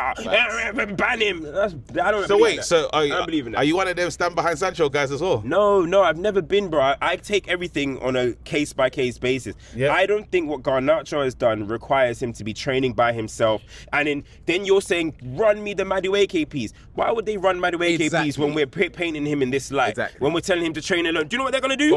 Wait until close to the end of the window and say, run us the... Ruben said they're not doing that. Here's the thing, yeah. He's not... Ruben said no. Garnacho's not getting kicked out the squad because of that interview that he done there. I didn't actually take offence to him getting angry that he should have started. Essentially, in Garnacho's eyes, for me, how I saw it was Mason Mount's been injured for 2 years. I've played most of the games. It's got in the running. And even in the running, in the semi-final against Sociedad, against Leon, he was doing bits. And then he got to the final and he weren't starting. That's not why he got exiled. That's not. He was already. The reports were already saying before that final, he was told like it's done. He's had attitude problems, which is fine for a young player because they do. And Man United decided that they didn't like it. And guess what? He's been sold. The reason why they went down that route was because of cash. It's that simple. Thank you. And it's because of cash. It's not because of exile. And then because he said, you know what? Because he is quite petulant, he'll like the tweets he's not meant to like. His brother will talk. He was already out the squad. He was already out the squad for disciplinary reasons with Rashford in that Man City game, and then he came back. He's had that in his career. He's had it under Ten Hag too. Okay, and then when he did that, right, Ruben Amorim said that he's responded to things well. He was happy with him. Exactly. Rashford didn't respond to things. Then he revealed. The whole of January, what did Man United try and do? What do you mean? What did Man United try and do? They're trying to sell him. We tried to sell the guy. It's money. The whole transfer window, and we were saying because of PSR reasons. How are you going to react to that? That's why I'm not mad at him. Hold on, I'm not mad at him. No, KG, let's be honest. Wait, let's be honest. Let's be honest. You don't move in, man. You tried to sell the guy the whole window. I've heard what everyone has to say. As amusing as it is, being completely honest, Cam's is right. Like, you cannot say that a player of Garnacho in the last few years for United has been one of your better players. Yeah, that's true. In a period, I was going to say he's not indispensable. In a period where you're trying to sell players, I understand that he's a player that can bring most of the money. Yeah. But the way he was exiled and the way he was treated by the fans and the way everything happened around his whole situation, he's not going to be a player that's going to say, yeah, I love United through that period. So you thinking that you're going to get 60 plus or even 55 plus, it's not happening. Like, just accept that it's going to be 40 plus 5 maximum. We'll get 50 million for him. I don't That's think all in. That's 45 plus 5. So it's a bad thing. 45 plus 5. So you're not telling me it's a bad thing that Garnacho wanted to go. You don't get anyone you need. Garnacho wants to go though. That's I like Garnacho. The point is, Garnacho's agent was at Chelsea watching the Chelsea game. He wants to go, bro. I know he wants to go. Garnacho. So you lot are making it out that Garnacho's not had any issues with the club. His brother's spoken out. They've done this. So now all of a sudden, how is everyone that gets into an issue is always the manager's fault? No, because I think why is it always everything? We've done this before. Now we've treated another player bad. Amorim, he was a good manager at Sporting, but I think when you're coming into a new side, you're supposed to get the better players. It was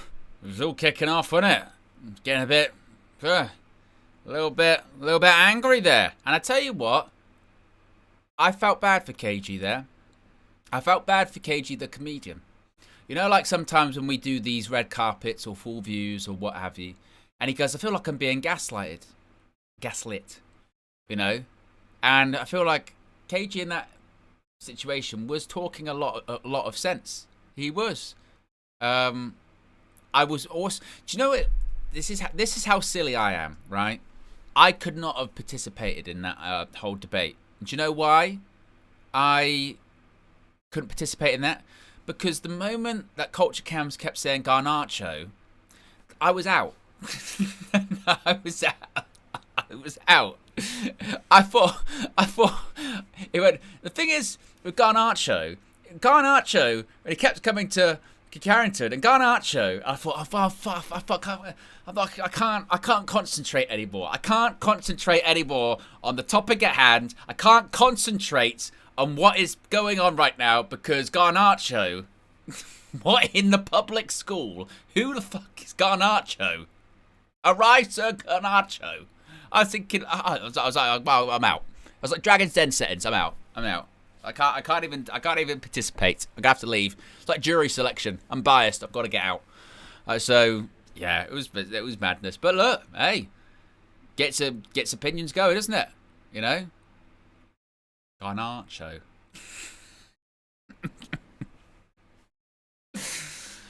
And who cares? He's gonna be leaving anyway. So whatever. Yes. If Garnacho isn't worth the like, I don't know what is. So click the like button and get to 1K for Garnacho. Couple of super chats here to get to.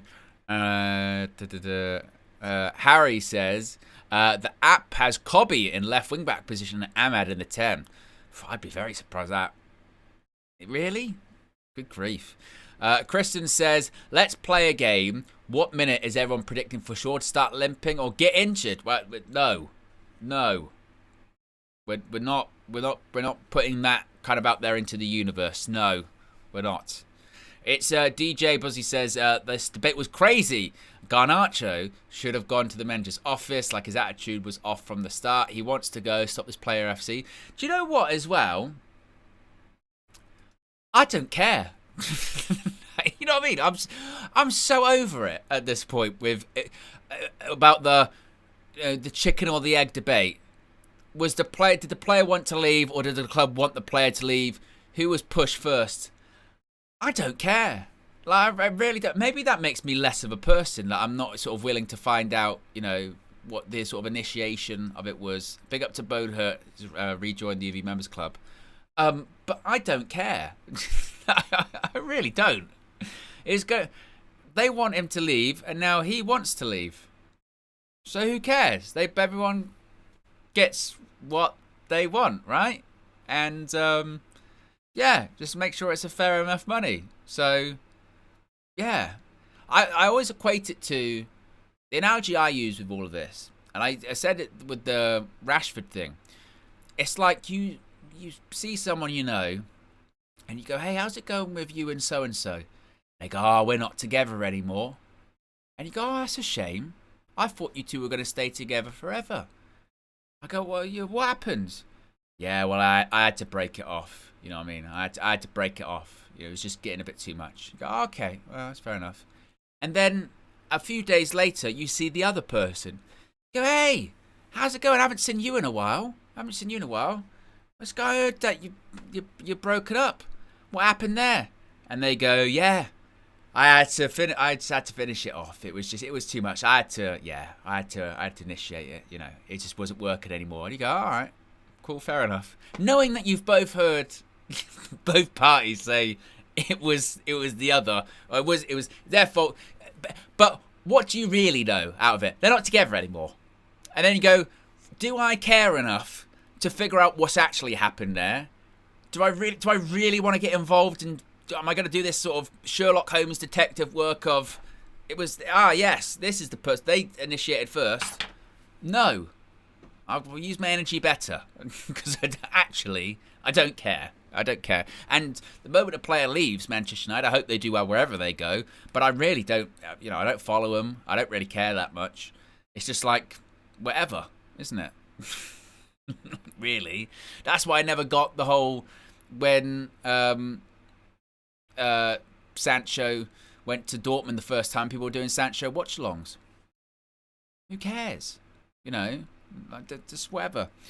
Clover says, if you're friends, then you should care, Owen. But I don't, because then my care would be more on the friend, isn't it? Why does that matter? It's done. What you should really be focusing on is, are the individuals that you're friends with, are they happy? What can you do for them in the current situation? Not about, I need to know exactly what happened, the facts of it all. No, well, actually, what's the most important thing? It's the person there, the person that you're friends with. So in this case, let's say Manchester United is the friend in the relationship that we have, and the player is the person you don't really know that well, but you tolerate because they're in a relationship with your mate. They split up. You go, I'm probably not going to see you that much anymore, so see ya. But I'm focusing on you. You're my friend. you're my club. So that's where my loyalty is. You'll always be with the club, right? It has to be, because, that's, for me anyway, that's how football's always worked, is players come and go, but Manchester United's always the same. That's how football's always worked, isn't it? Because then if that was the case, when a player retired, then you would retire from sort of football fandom, wouldn't you? Well, unfortunately, when I stopped enjoying football 30 years ago when Eric Cantona retired, because that was it. You go like, oh, that's a bit shit, would just be very weird. But I do understand that that's sometimes now, particularly with like maybe more modern day fans, they look at it a bit differently, perhaps. Each DJ Buzzy says, I don't care, let's concentrate on the game. LOL, 4-1 win. Yes, we are 15 likes away from 1k likes. So if you haven't already, click the like button and be sure to subscribe. As you can see right there, less than 100 subscribers to go into 199,000. Yes. Lux Hill says, Owen, for whenever the channel hits 200k and if you're live, I hope I am live, can we have a fireworks animation? I'm pretty sure I have fireworks locked in from last year's US. Yeah, here we go. That's what I had last year. I want noises. Can you hear those? I can't.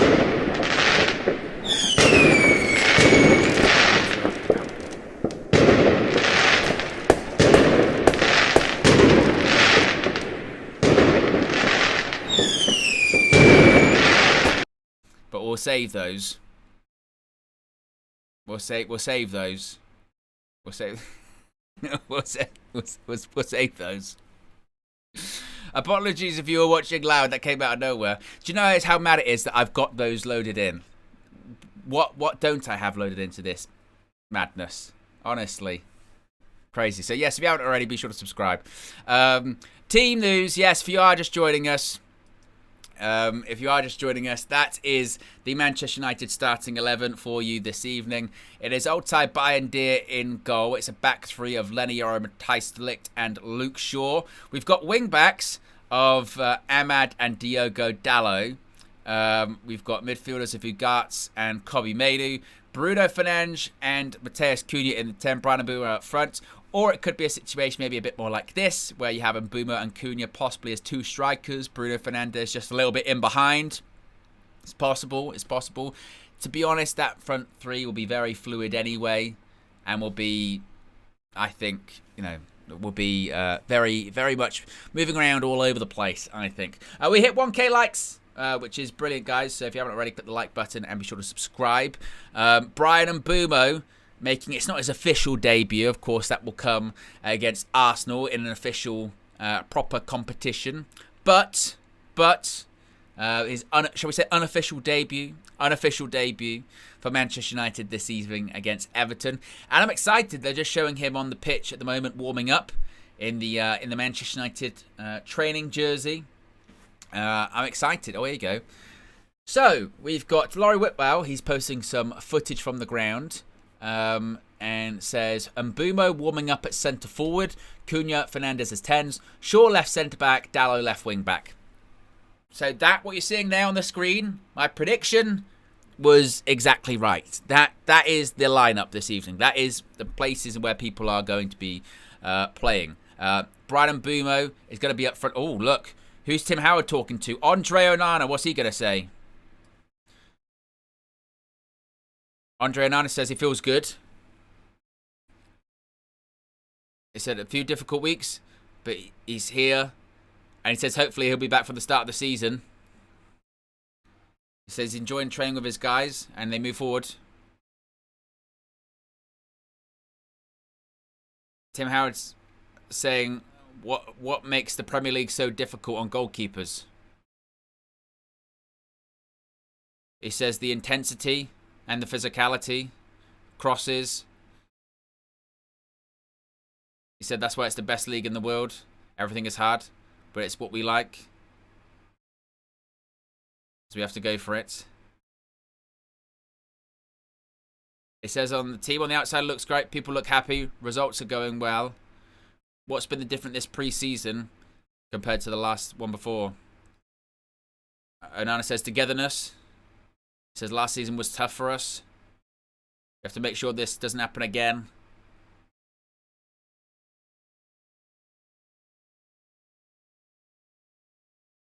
He says we're together.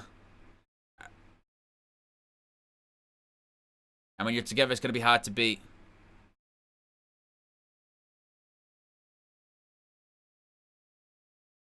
He's talking about him being a leader.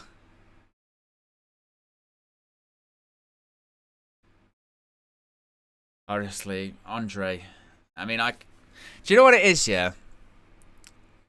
It is one of those ones where, like, he's, saying the things in that interview, and it is just a bit like, mate, I'm sure that Andre Onana is a very nice guy, yeah? And from all of the interviews that I've seen with him, he's a nice guy and good attitude and what have you. But it's like, I don't know what to sort of equate it to. I don't know. But you just know he's going to throw the ball in the back of the net. If you've got that like one clumsy family member, or that one family member that always says or does something embarrassing over Christmas, always does it, and you take them to one side before Christmas and you go, look, please don't. Just please don't say anything, don't do anything. And they'll go, look, yeah, I know in years gone by, I've probably, maybe I had a bit too much to drink and maybe, I was whatever, but I won't. I won't do it. I won't do it, this time round. And you're standing there and you're nodding. You're going, yeah, okay, cool. They're saying the right things, but you know that they're going to do it anyway. You know they are. You know they're going to say or do the embarrassing thing anyway because they can't help it. It's who they are. And ultimately, it's on you. You have to go, is there any way we can get them not to come to the Christmas dinner? Is there any way we actually, the only way the embarrassing thing doesn't happen is if they're not there. And that's the Onana principle here.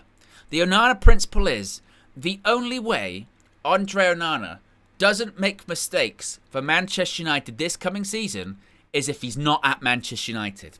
If he is there and he is playing games, he will make mistakes because that is what Andre Onana does.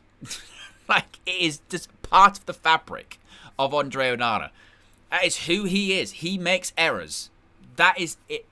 He will not get any better. He will not improve. Even if he has a string of games where he makes saves and he does quite well, the mistakes will come, because we know they will. It's inevitable. Thanos. It is inevitable. And it's not even before, because Clovis in the chat, which keeper doesn't? It's not even that. Every goalkeeper makes mistakes. That's fine. But also, every goalkeeper doesn't make them a frequency of Andre Onana. And goalkeepers, like Clovis, I know, because Clovis is from Cameroon, yeah? And he'll always back up Onana when this happens, yeah? But you cannot even say David Raya. Well, David Raya makes mistakes, and then with Andre Onana. David Raya is a much better goalkeeper than Andre Onana. Fact. Put the opposition club bias to one side. It's not even a thing. It's not even a comparison, okay? Of course, every goalkeeper makes mistakes. Of course they do. Andre Onana, though, makes them all the time, and his mistakes are worse than normal ones. Nowadays, you know, goalkeepers can make an error once or twice a season. Onana, you can just have a shot. And this is the other thing as well with Onana. The other thing is, what counts as a mistake? That's the other thing. What counts as a mistake? Because even when Andre Onana saves the ball, it push it into danger, that doesn't even a lot of time count as a mistake, but it's a problem. Sometimes a goal, we have this weird thing, I think, as fans now, don't we now, where if we concede a goal, we have this debate amongst ourselves, don't we, where we go, should the keeper do better? Immediately we go, well, I don't expect Andre Onana to save that, but I expect other goalkeepers to save that. So, you know, but I guess Andre should. We have that debate, and the fact that we have that debate alone is just, that says a lot, doesn't it? It's just, it's mad. So, but gonna be back for this season, and like I said, when it comes to Onana, when he does make those mistakes when he's back, I'm not going to get angry at him. I will stick to that. I'm not going to get angry at him. I'm going to get angry at Man United, because it's not on Andre Onana anymore. It is no longer on Andre Onana. It is on Manchester United for continuing to play him. That is where I'm at, because they've had ample opportunity to get rid, you know, and he's not. So I don't know. Just get any goalkeeper.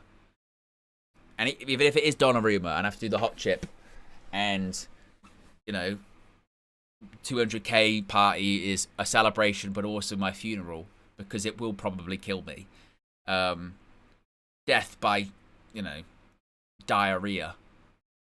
Just death by spice, whatever that is. You know, that's what it will be.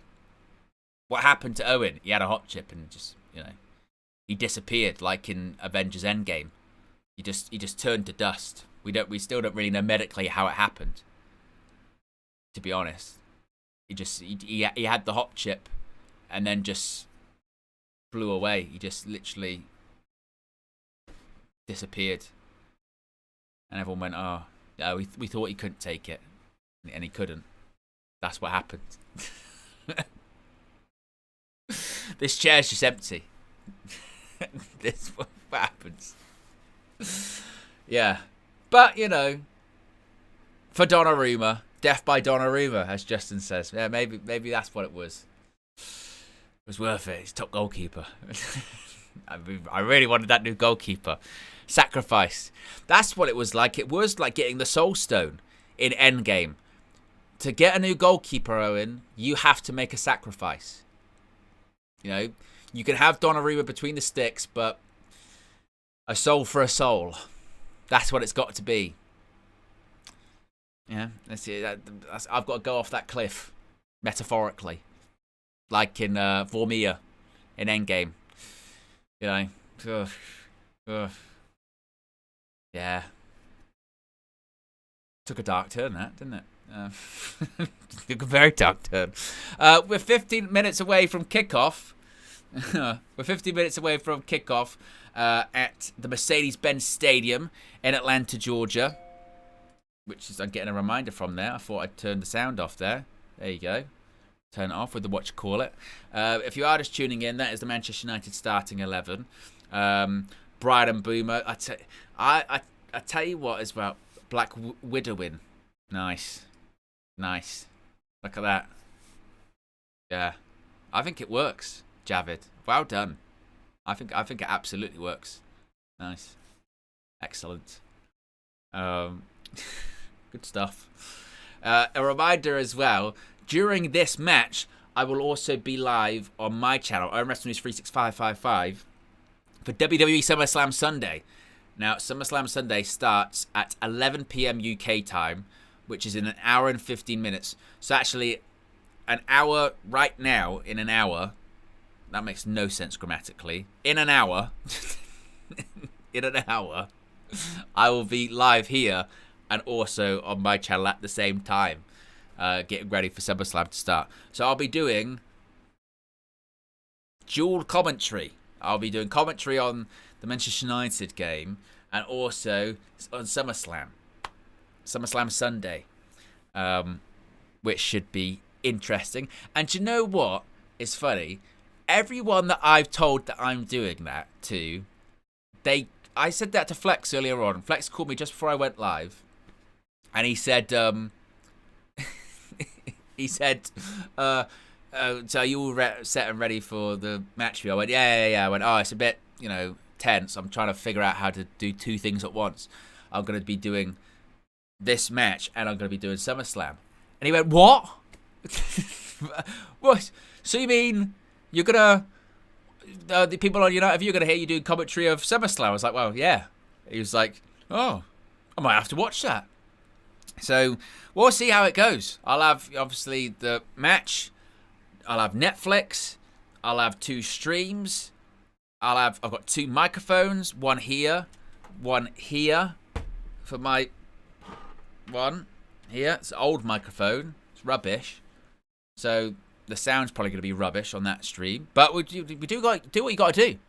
And I'm annoyed with myself, guys. I'm annoyed with myself that I didn't think to do this like a year ago. Because a year ago, Manchester United were playing in a pre-season friendly at the same time as SummerSlam. And I just went, it's tough shit. I've got to do the Man United game. I should have done both. I just didn't. Maybe my mind, like the rest of me, was not optimized at the time. Perhaps that's what it was. Yeah, that was what it was. A bit of breaking news here. Somewhere, if you just listen faintly, you can hear Marcel crying. I think maybe.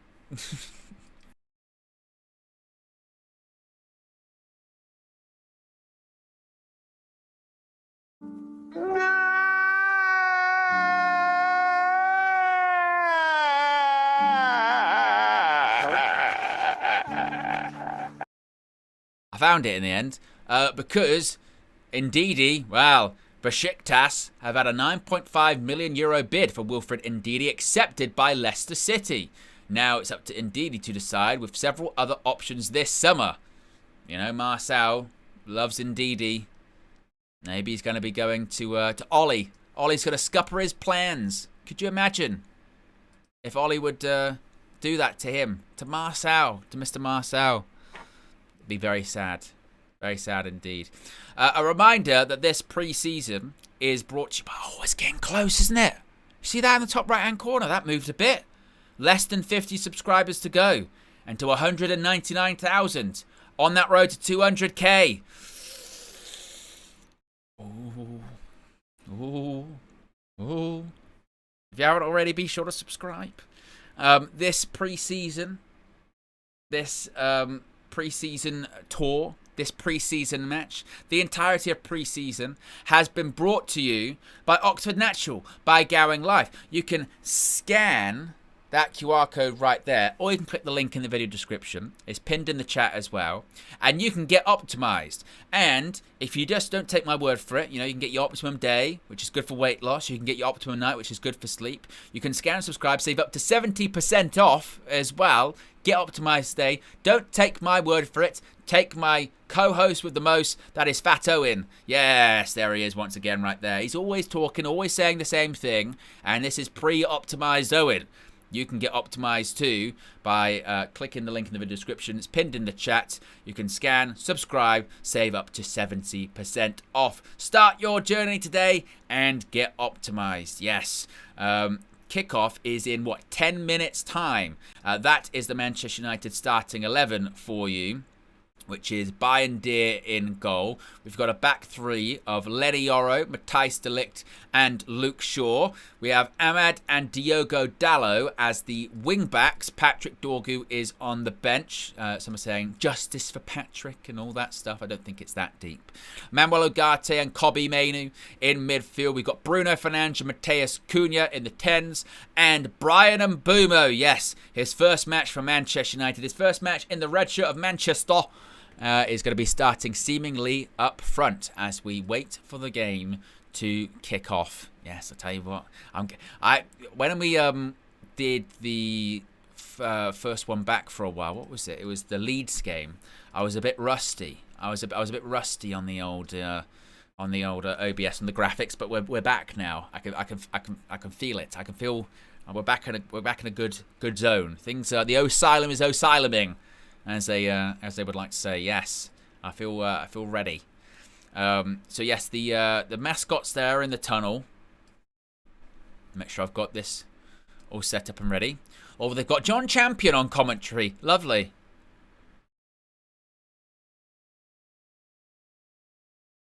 Yeah, he's just saying the crowd increases exponentially for the Man United game. No shit, John. Unlike me after the hot chip. No shit. West Ham beat Bournemouth earlier. Look at that. A lot of red shirts. Let me know what you're drinking this evening. I've got a variety of different energy drinks and soft drinks. Not for sale. It's not like a train carriage. We've got a variety of energy drinks, soft drinks, teas and coffees. Because it's going to be a long night. Not as long night as I had when I did All in Texas. That was a long night. That show was like 6 hours long, and then I had to do Saturday night's main event. It was madness. But I've got a Lewis Hamilton Monster, and as I always say, Monster, if you do wish to sponsor me in the future, or any kind of energy drink wants to sponsor me in the future, you can. I would preferably have a 0 sugar, 0 calorie one, but we can work something out. I have had, before people ask, the Lando Norris one. There's a new Lando Norris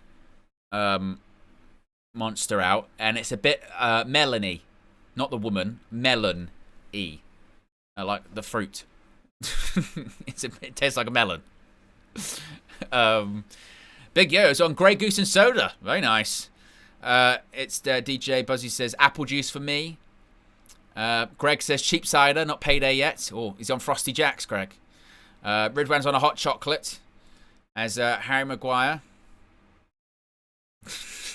I know, Mr. Darkside. As soon as I said it, I went, it's not ideal.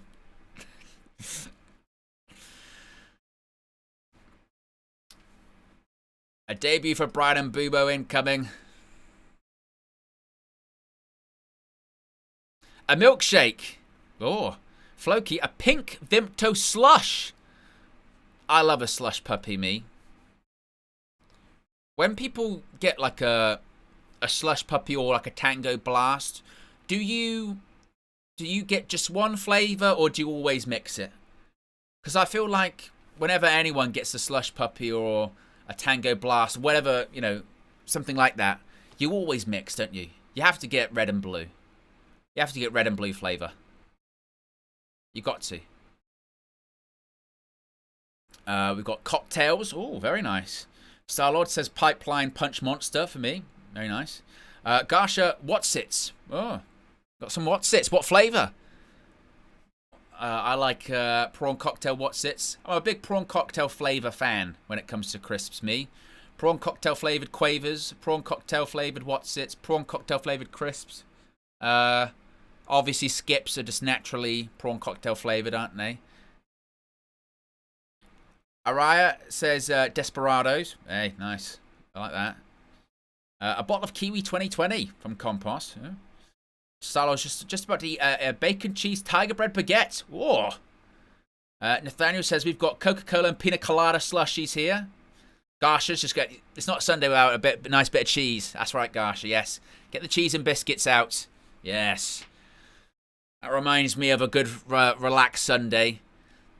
Watching some TV and go, tell you what, get the cheese and crackers out. Yeah. Someone goes to the kitchen. Excellent.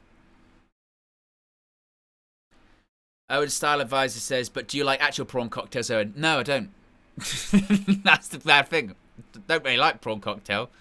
I mean, it's all right, but not as much as I like prawn cocktail flavour. Jose's eating a rotisserie chicken. Lovely. Get the protein. All about the gains. Majestic special chow mein. I'm not much of a chow mein fan, me. I have a very British and basic Chinese. It's quite actually pathetic.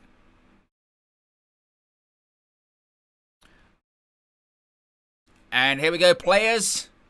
Walking out of a very nice tunnel there at the Mercedes-Benz Stadium in Atlanta. Look at that sort of ceiling. Nice geometrical pattern at the top. Got, fans at the side behind sort of barricades, and they go through these little doors. And onto the pitch. It's a very modern stadium, isn't it? Very modern. When was it opened up?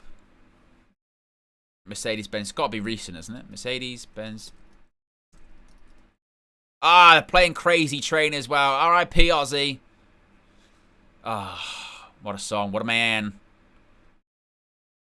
Oh, 2017. It's a bit older than I thought it was, actually. Cost $1.6 billion. Projected to over $2 billion in 2024 dollars. Been over for like 10 years. Bloody hell.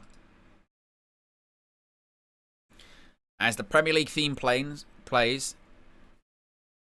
Premier League theme so depressing, isn't it? Marion's got a glass of chilled Prosecco. Lovely. Appreciate you, Marion. Floki says Jamaica lamb patty, flex style. Nice.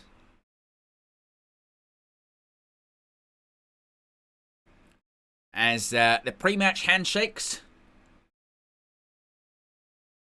And showing the Manchester United team. Interestingly, Sky have got Matheus Cunha up front.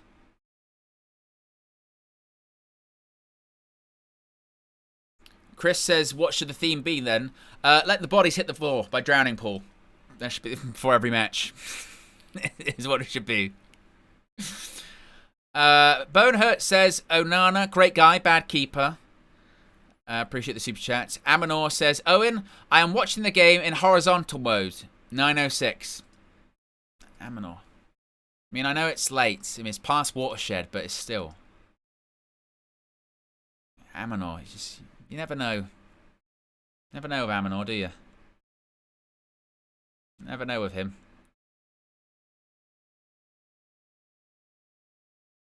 Always a bit of a risk. Raunchy. Yeah. Very. As they're showing the substitutes, plenty of names on the substitute bench. Nice little pre-match chat between Ruben Amorim and David Moyes. Ruben, how are you? Good. See you later. What words of wisdom? Look at Brian! Yes! He looks good in the Manchester United red, doesn't he? And there's Matheus Cunha. A new era at Manchester United. We've been perfect so far on this USA preseason tour. Victories over West Ham, victories over Bournemouth. Let's continue it this evening with a victory over Everton. That's what we want. Big Yo-Yo says, putting my swimming socks on for good luck. Good Big Yo-Yo. Flex would be proud, even if he denies it. Oh, there's Ref Cam. Look at this, Ref Cam.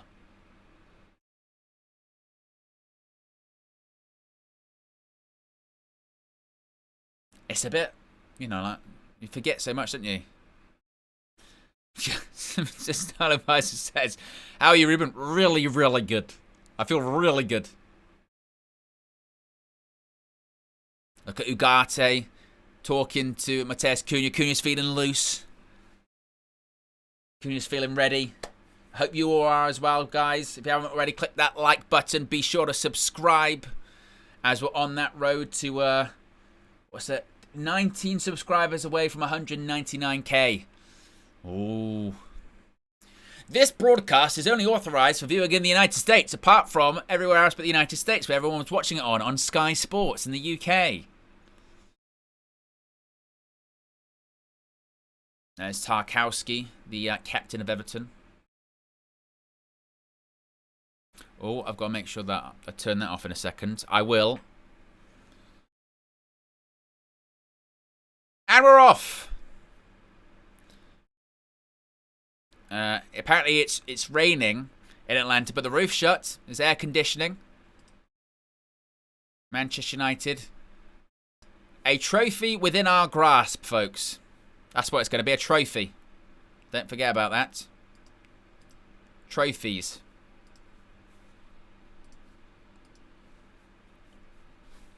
Late predictions, last minute predictions.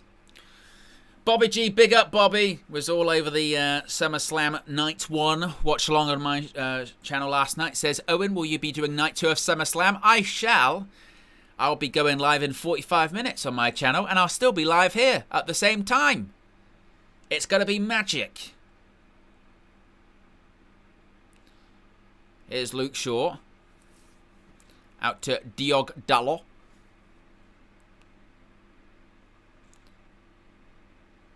Shaw back out to Dallo again. So it looks like we were indeed accurate with our prediction of where everyone was going to be. Ahmad in the right wing back spot. Although, oh, there's a ball over the top. It was fizzed over. Goes out for a throw. Is it Cunha up front? Well, to be honest, they're in a 2, aren't they? It does look like they're very much in a 2. Yeah, you can see, like, and Mbumo's there. And it's definitely a front three, isn't it, of Bruno, Cunha, and Mbumo. But I think they're rotating. K-Flow says, it does look a bit like a 2, doesn't it? Yeah. And that's going to go all the way back to Altay Bayindir in goal for Manchester United.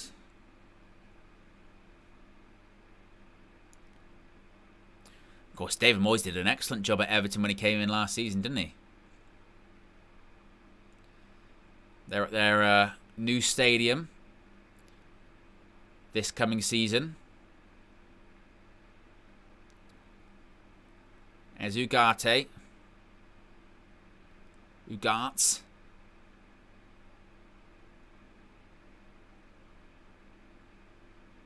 Must say, this pitch looks a bit better than the one at MetLife, doesn't it? And the one in Chicago. Although the one in Chicago got absolutely battered by the weather.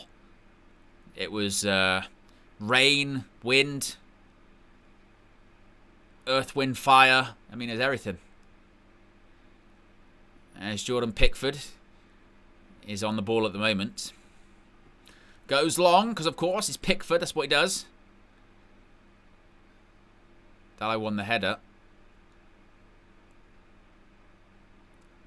And that's a throw.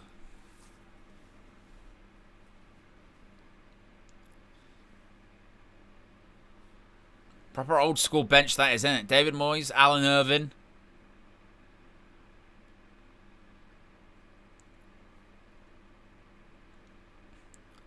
You see Mbumo dropping deep there again. Definitely looks very fluid, that front three, doesn't it? Very.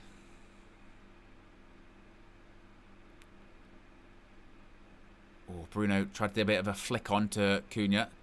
It's ball over the top. Tell you what, Shaw's got to deal with that. Shaw's got to deal with that. But Alcaraz with a foul on Luke Shaw. And Shaw's okay. He's back on his feet. But he's a bit fortunate because he got kind of caught there. He got kind of caught. Shaw manages just to... Yeah, it is a foul. It is a foul. Shaw did just enough. Just enough there.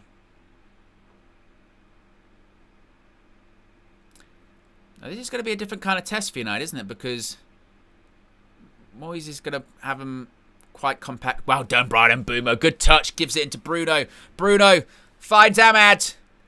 Ahmad to Mateus Cunha. Oh, just wide. And I tell you what, that is something to get excited about. That is top-notch football, folks.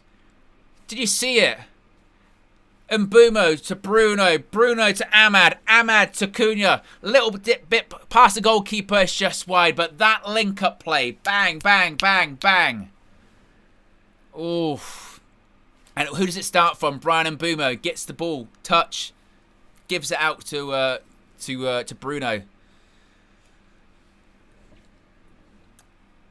So fast. He passed that ball so much.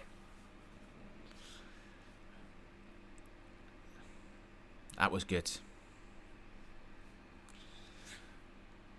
Bayindir was a bit of a short pass back. Bayindir, though, manages to clear it. Bit of space for Ndai. Referee gives a foul by Ugarte.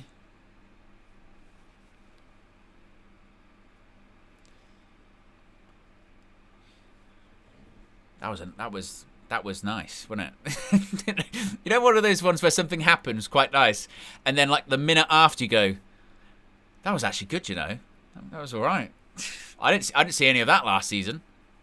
As Compa said, we've been starved. Very much so. I remember when we played Everton at Goodison Park last season, God, we were shit for the first half, or first 60 minutes. We were 2-0 down. We came back, didn't we? It was the Ugarte volley. But got in that game for parts of it. Oh, Flex and KG did the game inside the studio. It was mad. Going to be James Garner with a free kick. Bayindir tips it back out. Oh, over the post. Well, Bayindir did an Onana. He did an Onana. Because Garner does the free kick and Bayindir just pushes it straight back out to Everton players. Look at this. Keeper, what are you doing? Look. Oh. You've got away with one. Just sign a new goalkeeper, Man United, please. I beg. Because if it's not Onana, it's Bayindir. Get Heaton in goal again. The heat is on. Get Heaton on. Like November, put Heaton on. Oh.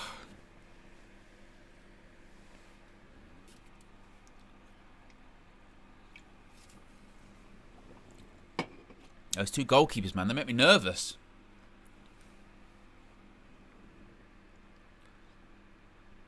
Why is our goalkeeping coach like teaching people? Because maybe it's not even an Onana thing. Maybe it's just a Man United goalkeeper thing at this point. Is a Boonham for Everton. Ball in. Goalkeeper gets it. It's all right. It's all right with the watch call out in the thingy.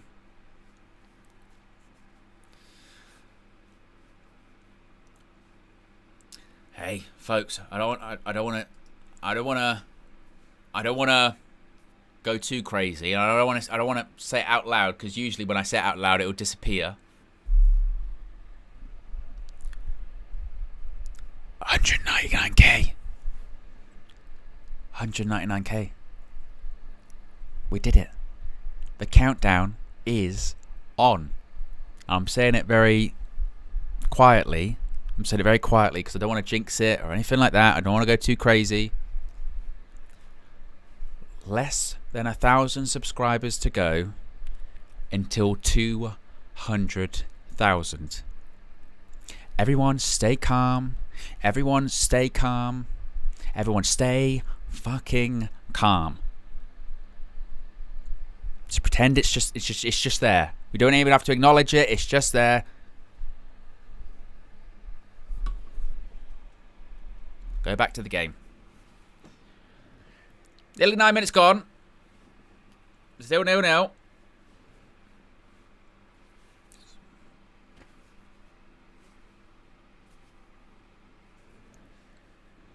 That's very true. Can't stay calm with Onana or Bayern, dear. Very true. Yes, but we're doing our best.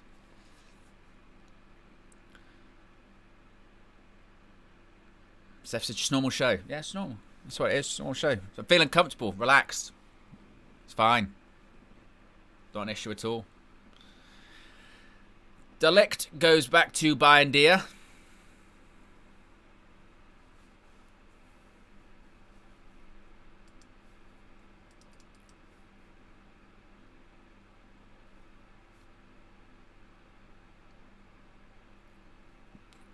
Well, this is interesting.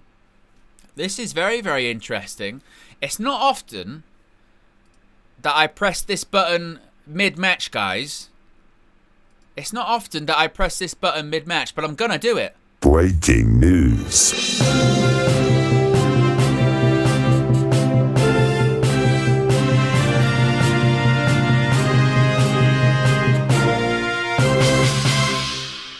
According to German outlet Kicker, who is followed by the likes of Florian Plettenberg, Manchester United have submitted their first offer for Benjamin Šeško.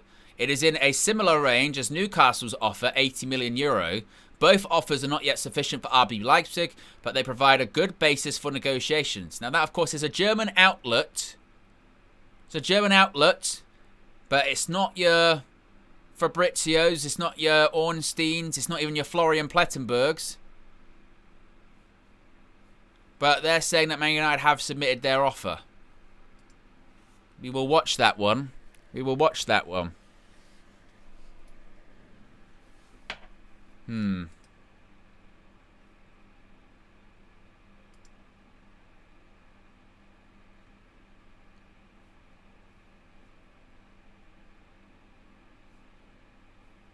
But we shall see.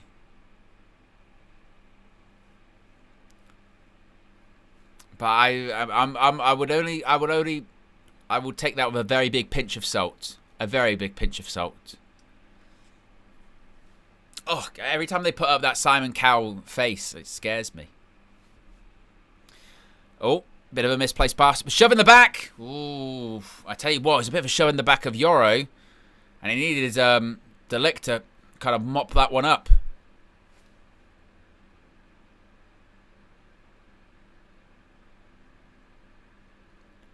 And that's going to be a free kick to Manchester United. Manchester United. We are about 250 likes away from 1,500 likes, by the way, guys, which is great. So if you haven't already, click that like button and be sure to subscribe.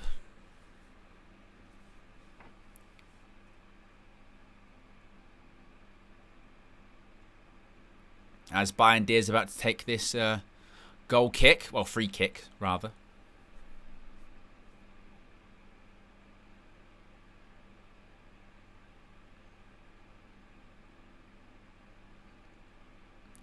Euro with the header. Ahmad and Bumo in tight spaces. Oh, it just makes me nervous. I'm thinking like of tackles, you know. This game's been a bit scrappy, this one, hasn't it? Aside from that good bit of play, we haven't really got a foothold in it, have we? Euro puts it over the top. Bruno's looking to run onto it, but Jared Branthwaite manages to mop that one up fine. Here's Ugarte. Rides a tackle that, and Man United get a free kick.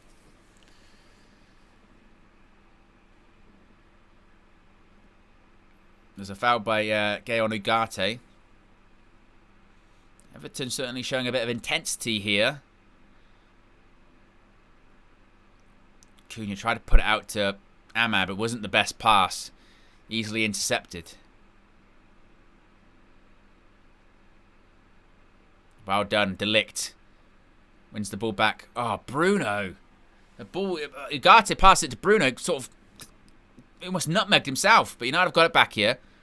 It's Cunha, bit of space now for the new Man United number 10. No, it wasn't the pass. It was a poor pass. You want it, as soon as he put it into that gap, wasn't the right pass. It's a bit of a scrappy game. Graham Lasso is correct.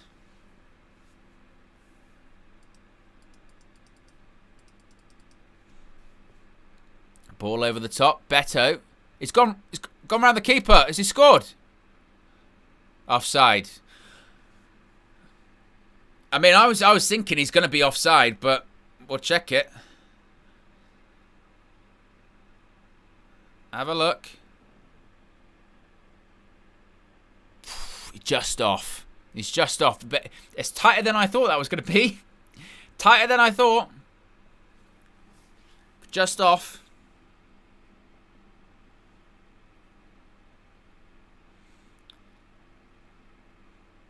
But they do look dangerous, Everton.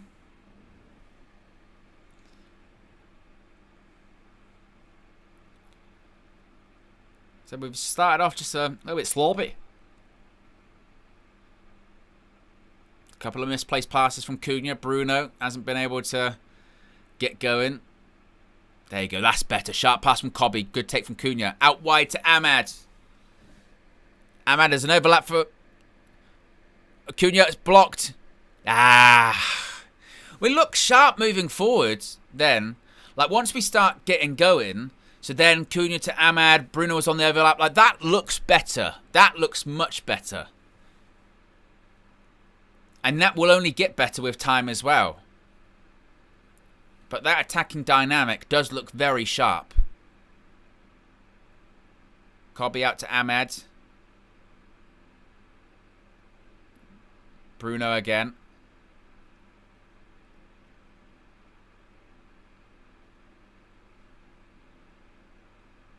But things like that, I mean, those are encouraging signs. Going forward, there is this element of sort of danger. And Bumo. Luke Shaw. It is nice to be able to sort of pass the ball into those areas and actually go to like a player that could actually make something happen. That isn't Ahmad or Bruno, you know. It was fizzed into Bruno, just about. Cobby, Bruno, Cobby. And Boomer on the turn, there you go. Surrounded by blue shirts, though. Was tackle, goes back to Pickford.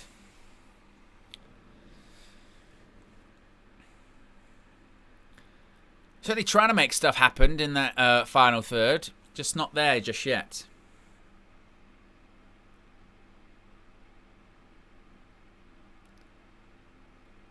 Hopefully it will get there.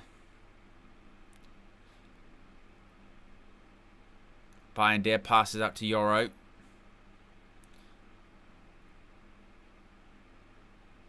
Good turn. See, they are sharp, that free. And Bumo to Ahmad. Ahmad, he might go by himself here. He's into the box. Cuts it back. Ahmad. That's got to be a penalty, referee. Yes! Penalty. And I tell you, once again, in transition, Man United looks sharp. They really, really do. That link up with Cunha, Mbumo, Bruno, Ahmad, those four, when they're going forward, we look sharp. Look at this. Mbumo, first touch pass to Ahmad, sets Ahmad away. Ahmad gets a bit of luck there. But that four, Bruno, Ahmad, and Mbumo, Cunha, it's just too many issues for Everton to handle.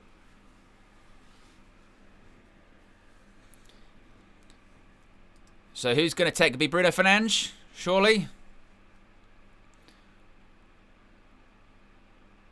Tarkowski's moaning, but yep, Bruno's going to take.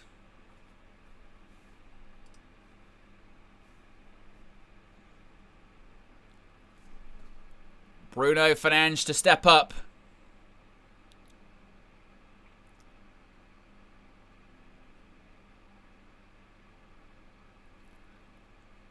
Manchester United's captain, the number 8. He's already scored a penalty goal in this pre-season. against England's number 1, Jordan Pickford. It is Bruno Fernandes. Of course he scores. Of course he scores. Did you think it was going to be any different? Bruno Fernandes, he always scores. That's what he always does. He always scores penalties. 1-0 to Manchester United. And I tell you what, moving forward in transition, we look lethal. I must say, the link-up play already between Mbeumo can go to Bruno, can go to Ahmad, Cunha netting things up as well. Those 4 players, if you added a striker into that, Man United, they just look dangerous. They're causing, look, Pickford and Tarkowski, they're arguing with each other. They're looking sharp. Looking sharp. And this isn't even as fluid as they can be. This is the first time all 4 have played together in a red shirt.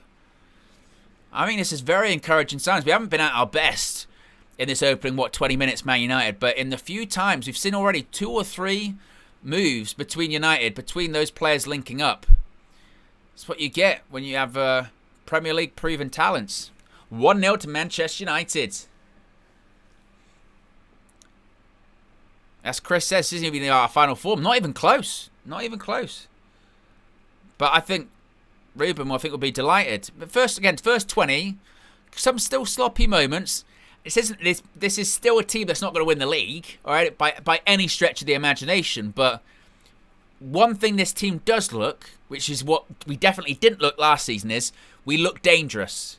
It looks like there are goals in this team, doesn't there? It looks like there are goals in this team with Cunha and Mbeumo, Bruno, Ahmad. You got, actually, I'll tell you what, add Xerxes into there as well. Whether it is whoever the striker is, there are goals in that team. Which is encouraging.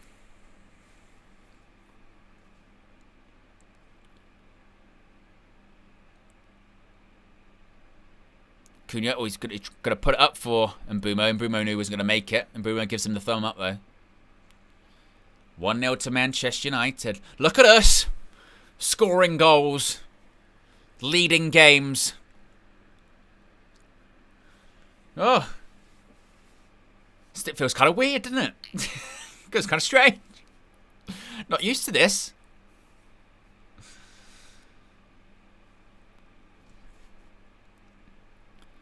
Back to Pickford. Everton trying to play out from the back. United will try and put pressure on.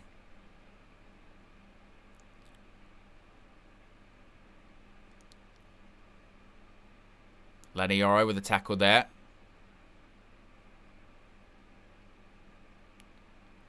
Here come Everton. To be fair, Everton haven't looked bad, by the way. Is that going to go out? It's going to go out for a corner.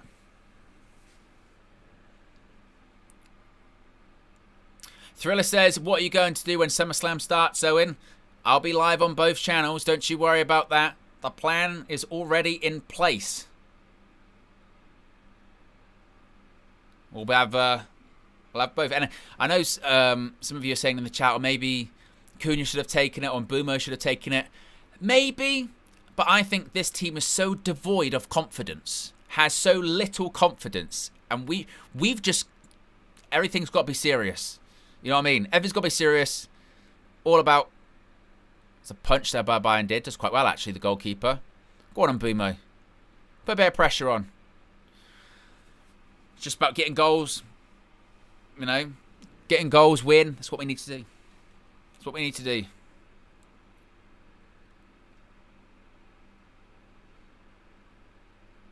Pickford goes long.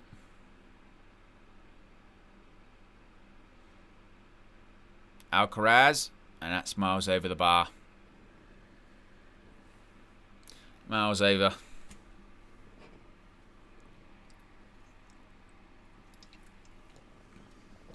Big up Riri in the chat, one of the mods members, UV family member, taking annual leave to ferry just Josh Media, Graphics Guru, Visual Ninja, and Flex and KG around NYC.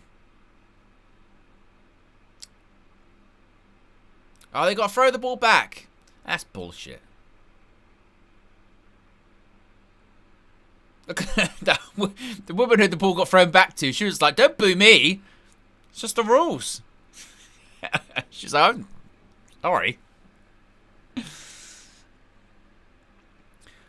We are 5 likes away from 1,300 likes. If you haven't already, click the like button. Be sure to subscribe as well. Big season ahead. Next weekend we'll be live once again for Manchester United versus Fiorentina from Old Trafford. They'll be at the game. And then obviously the weekend after that, the season begins. Manchester United versus Arsenal. Riri says, oh, what are you drinking? This is a Monster. It's a Lewis Hamilton Monster. Not the Lando Norris one. It's very difficult to get the Lando Norris one, but it's not great.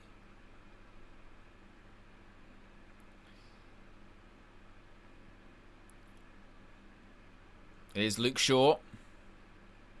Bruno turns. That's a foul, referee. I tell you what as well.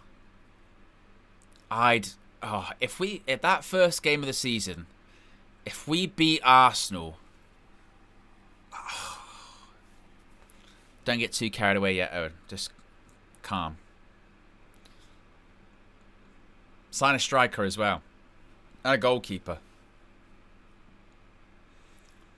I mean, maybe watching this, you'd be like, actually, I tell you what, that Šeško money, go spend it on a goalkeeper. Team looks, looks dangerous anyway. And Mbumo stands over this free kick. A ball in. Oh, no, not in, ball in. It hit the first person in the wall. Another ball in. Didn't even clear the wall. It was a one-person wall.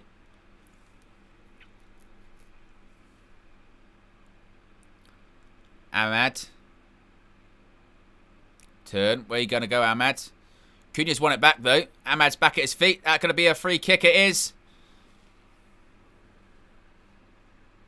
Clovis says, oh, we will beat Arsenal. I like that manifestation, Clovis. That's what we need.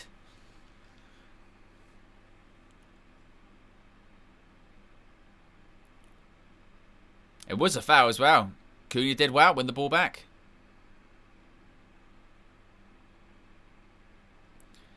It's a free kick. It's amazing how a couple of good results and suddenly you can look at a team totally different when you go, oh, this team doesn't look too bad, does it? A couple of good results, a couple of good signings.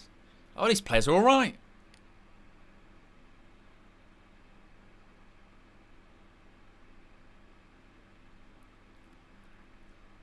There's a few names standing over this free kick. We've got Bruno, we've got Mbumo, Dallo. We're currently on ref cam at the moment.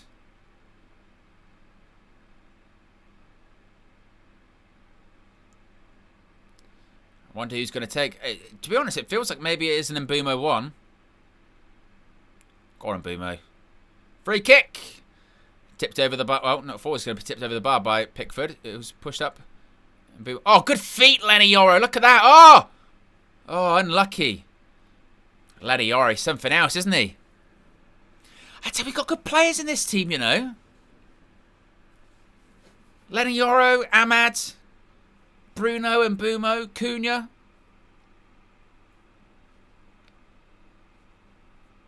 Bit of positivity. I tell you what, so far, this tour has done wonders for our sort of positive feeling about this team, hasn't it? Going into this tour, mood on the floor. This team's shit. The players are shit. The tactic doesn't work. The back three doesn't work. At the end of the tour, we're like, we're actually all right, you know. we're actually okay. Bruno shoots. Oh, spilled. And Mbumo. Oh, and again blocked. I thought that was going to be it. Oh, Bruno with the shot. Pickford fumbles, and it's there for Brian Mbumo, like 6 yards out. You think he's just going to tap it in, but he hits it straight at Pickford again. Take a look. It's not the best. It should do better, Pickford. But, I thought that was going to be it.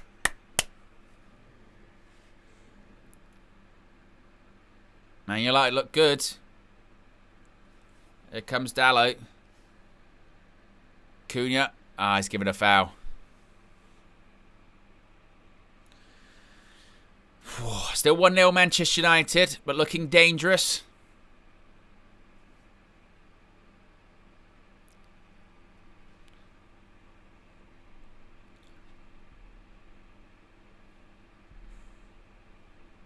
It's exciting stuff. I agree, Don. I'm looking more at this going, like, get this goalkeeper in. Because in this team, that's what I worry about the most, really. Add Dorgu into this, you get more pace, more power on the left. Ball in behind. Better up against Lenny Yoro. Look at that. Look at Lenny.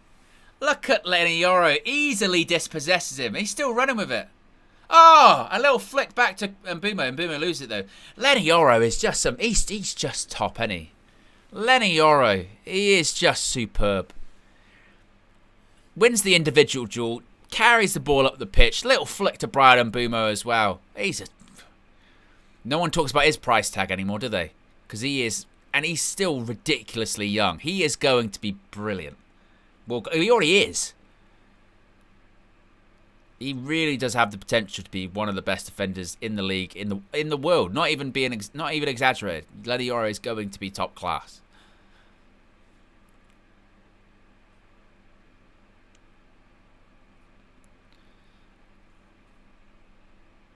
Delict to Lenny Yoro. Tries a ball over the top for Cunha to run onto. He'll get there. Ah, a bit of a heavy touch. He ran into a photographer. Just checks he's okay. He is, thankfully. We're 70 likes away from 1,400 likes, folks. If you haven't already, click the like button. Be sure to subscribe as well. Where are we at in terms of... we're less than 50 to go until 199,100. Oh, getting closer and closer.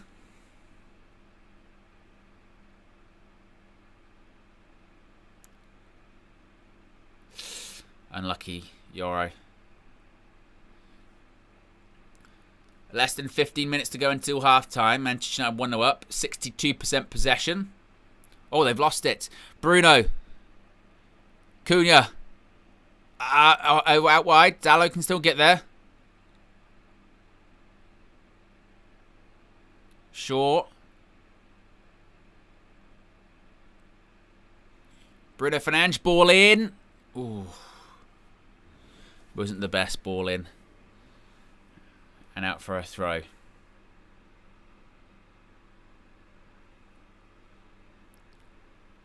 But I'm liking what I'm seeing so far from Manchester United in the Premiership Summer Series.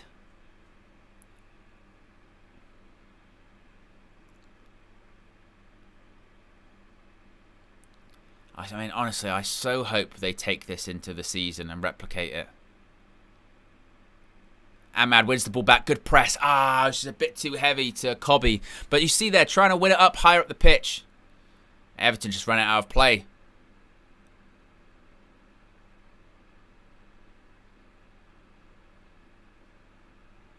Steffi Jenks says, what time are you starting on the other channel? It says now. It should be 10:45. Oh, I set it for 10:30. Shit. Whoops. I had to put it for 10:45. Thank you, Steffi. Or maybe I should... I don't know if there's much point.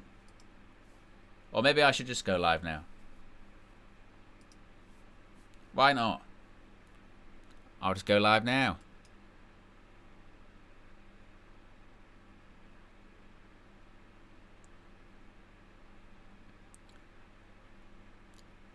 Right, according to my what I'm receiving here, I am also currently live. I'm playing my intro right now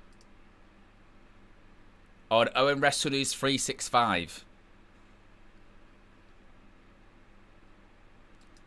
And just like that, magically, I am live on 2 channels at the same time. If I'm looking towards here, I am live on OWEN Wrestlenews 365 right now. Right now. Click the like button and be sure to subscribe. If I'm looking here, I am live on United View. Now, SummerSlam is starting in 25 minutes. 25 minutes. And I meant to actually start at like 1:45. I meant to start at 1:45, but I thought, why not just start a little bit earlier? Steffi Jenks in the chat on Wrestling News 365. And, yeah, it's just good. It works. I can't believe I managed to pull it off. Ball in. And United playing out, or Everton getting the ball here, rather. So, yeah. This is magic. Magic. Ball in, Everton. Beto. Oh, I tell you what, that's a nasty one. It got caught, Dallo, right on the... it was one of those ones where Beto's swinging to kick the ball, and Dallo just gets there, and he just gets a whack right in the ankle. Look at this. Oof. Nasty. Right, what I need to do now, actually, is I need to make sure that I'm... my screen is over here, so I can see both. This is truly the magic of streaming, folks. Big up to Nathaniel, who on OWEN Wrestling News 365 has rejoined the WN 365 roster. You can do that on on my channel. Oh, I'm so proud of myself.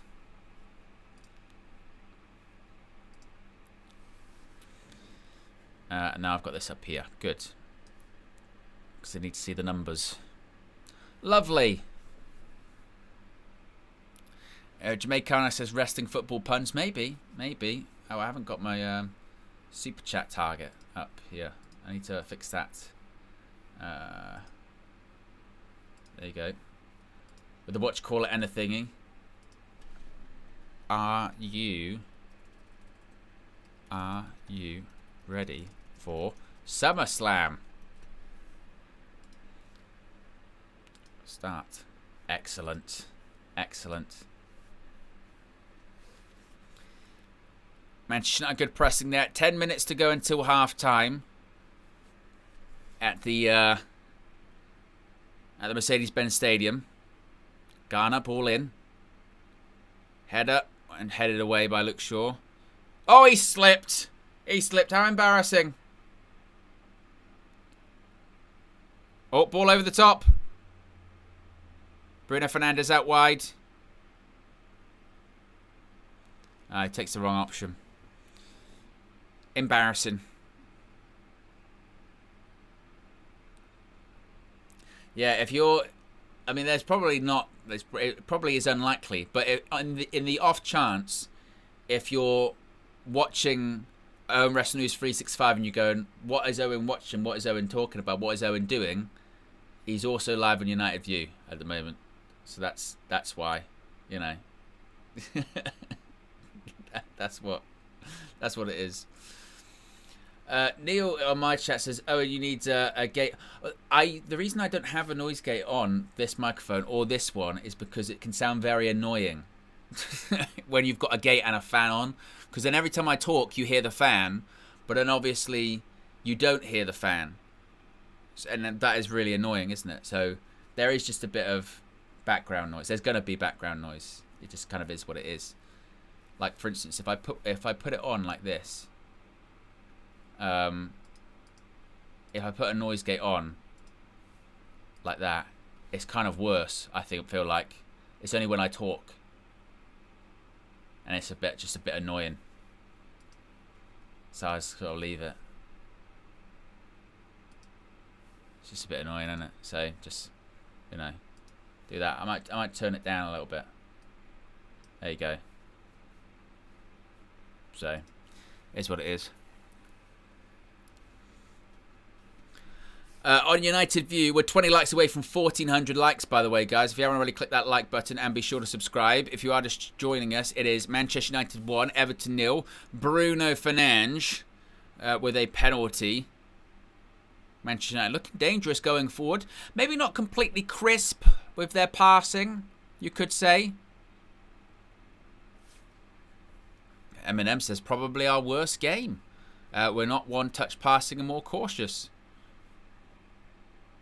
I think United have done well.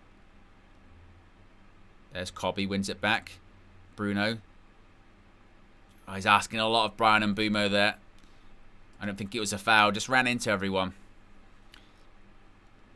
Nicholas has been a member on UV for 7 months. Says, I'm at the game. Big up United View. Cobby and Manuel in mid is not it. Big up Nicholas. Look at that. Nicholas is at the game. He's literally at the game, and he's still getting involved. Unbelievable. Big up Nicholas for the support. As we're 8 likes away from 1,400 likes over at UV. Mikalenko out to James Garner, former Manchester United academy player James Garner. Adrissa Gay, ball in. Oh, Delict clears. Ugarte loses it. Ball in towards the back post. 1-1.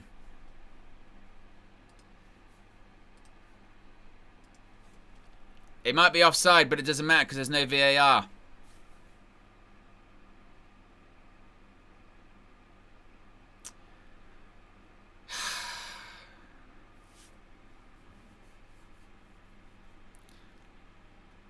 Ugarte, where you going? You can't lose the ball there. If you lose the ball there...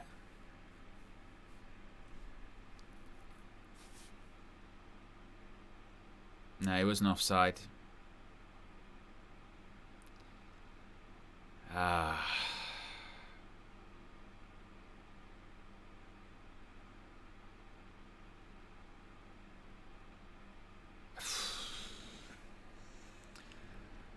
One.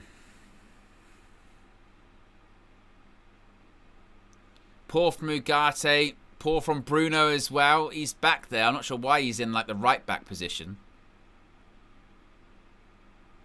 And 1-1. Just like that. We're feeling positive, but 1-1. Why did Bruno find himself in that position? Yeah, Graham Lassau's asking that. It's true.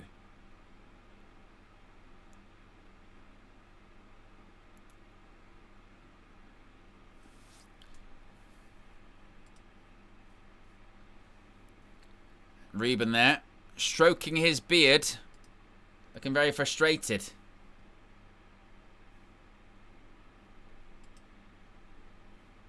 Gotta make sure that I've got this set up and ready.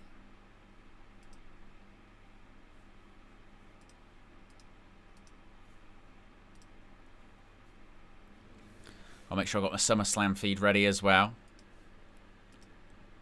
I'm fully multitasking at this point. the amount of like different windows and screens I've got going on right now is so much of a joke. it's so much of a joke. Oh my god. 4 minutes to go. 3 minutes to go to half time. Amanor the super chat UV says show would feel vindicated now. Ugarte shit show. Well, this is what I said, Amanor. If you come in with a super chat of a pre-season game at in show, it's gonna end in disaster for you. It's not gonna go the way you want it to. Just it's not. Little flick on there. Couldn't direct it. Man United have a look a bit. I mean, look, well, I don't know if Ruben actually will make subs at halftime. He's been playing this sort of starting team for about, what, 65 minutes, 70 minutes?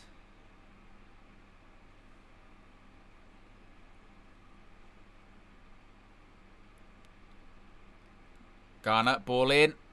Oof, Bayern Deer got caught in no man's land there for a second as well. Dallow's been caught out. And Bruno. And that's going to go out for a throw.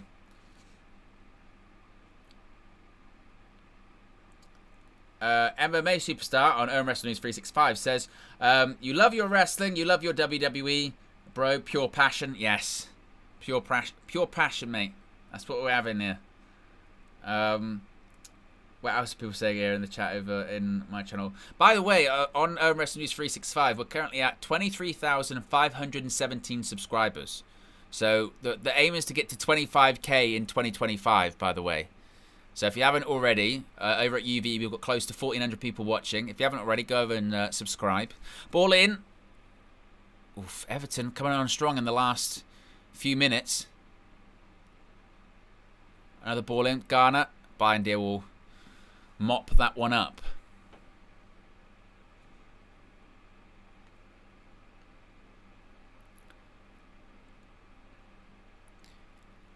As we're not far away from half time.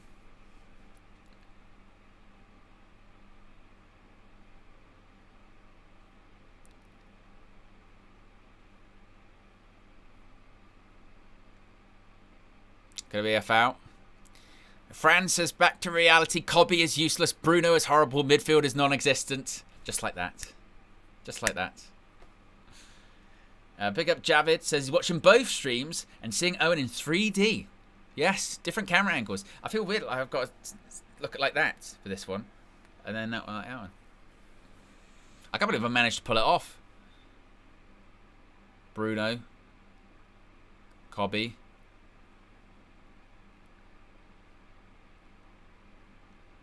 Out wide.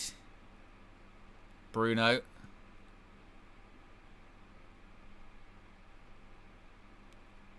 Cobby goes out to Mbumo. Ugarte! And that's held by Jordan Pickford. Eminem over on United Viewers, been a member for 14 months, says this front two has flaws, but when it clicks, we can make goal scoring fun. We're looking more flexible, but game is screaming for a midfielder and a goalkeeper, in my opinion. This is what I was sort of saying before. I was saying it a bit tongue-in-cheek, but I do think it is kind of true, by the way, that actually with the money that they're allegedly going to spend on Šeško, I'd actually look at it and go, I think we're going to score goals as is. I'd spend that money on a goalkeeper and a midfielder. Get a goalkeeper, get a midfielder in, and I think you're fine, because this team will score goals. The team will score goals. I don't think that's too much of a concern.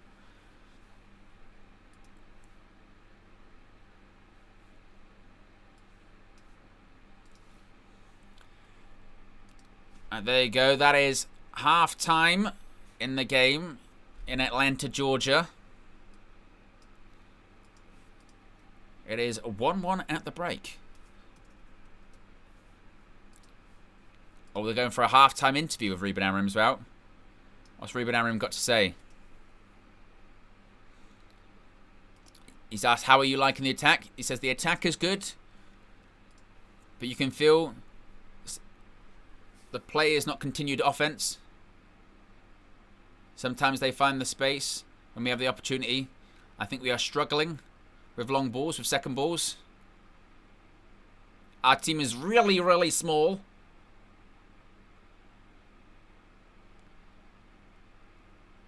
Sometimes you can see the combination between them in the second half. He's asked what his perspective is on the Everton goal.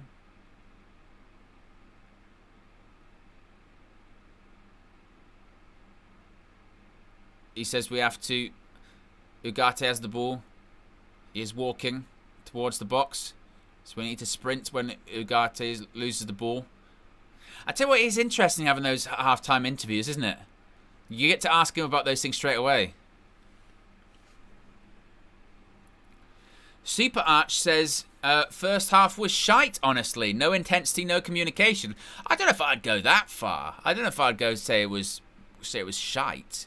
I would say that I think going forward, I think there is encouraging signs. I think there would also be a discussion to say that, again, you look at that team and you say to yourself, actually, a midfielder and a goalkeeper might actually be more important. But I don't know if I'd say it's shite or anything like that. It needs more in midfield, I think. If you're over at OWRestlenews365, if you haven't already, click the like button. We're 4 likes away from 50. And also be sure to subscribe as well. SummerSlam starts in 10 minutes time. 10 minutes time. And I will be very much multitasking. Actually, I've got to get something else ready to go for this as well. My goodness me. it is all go here. Where are we at in terms of subs for United View? We are, what's that? 31 away from 199,100. So if you haven't already, be sure to subscribe. On that road to 200k, we can do it. We can do it. Let us know your thoughts on the first half in the chat, with the super chats and the members chats as well. What am I looking for to be set up here? That's what I'm looking for to be set up for here. I'm, you know, when you're like properly using both sides of your brain, that is really what I'm doing at the moment. I'm very much using both sides of my brain, but I'm doing it. It's going well. It's fine. What are people saying here in the chat here? Definitely not shy. Some encouraging attacking, just not quite there. We'll have games like this during the season. What matters is we win them. Andrew says, has anyone seen Cobby in that half? Midfield struggle, definitely. Cobby and obviously Ugarte with the goal that Everton score. People are going to be looking at, certainly. I still, my sort of look at it is going, I think obviously put Dorgu in there. You obviously got more of an outlet, but I actually just think it's more of a. I think we need that midfielder. Need that midfielder. Need that technical midfielder, and also need a goalkeeper. And the more I watch that team, I go, actually, well, the striker might be a bit of a cherry on top kind of situation, perhaps. I think. Yes. Gentleman with the Lamp on my channel says, which match you were looking forward to the most at SummerSlam, Owen?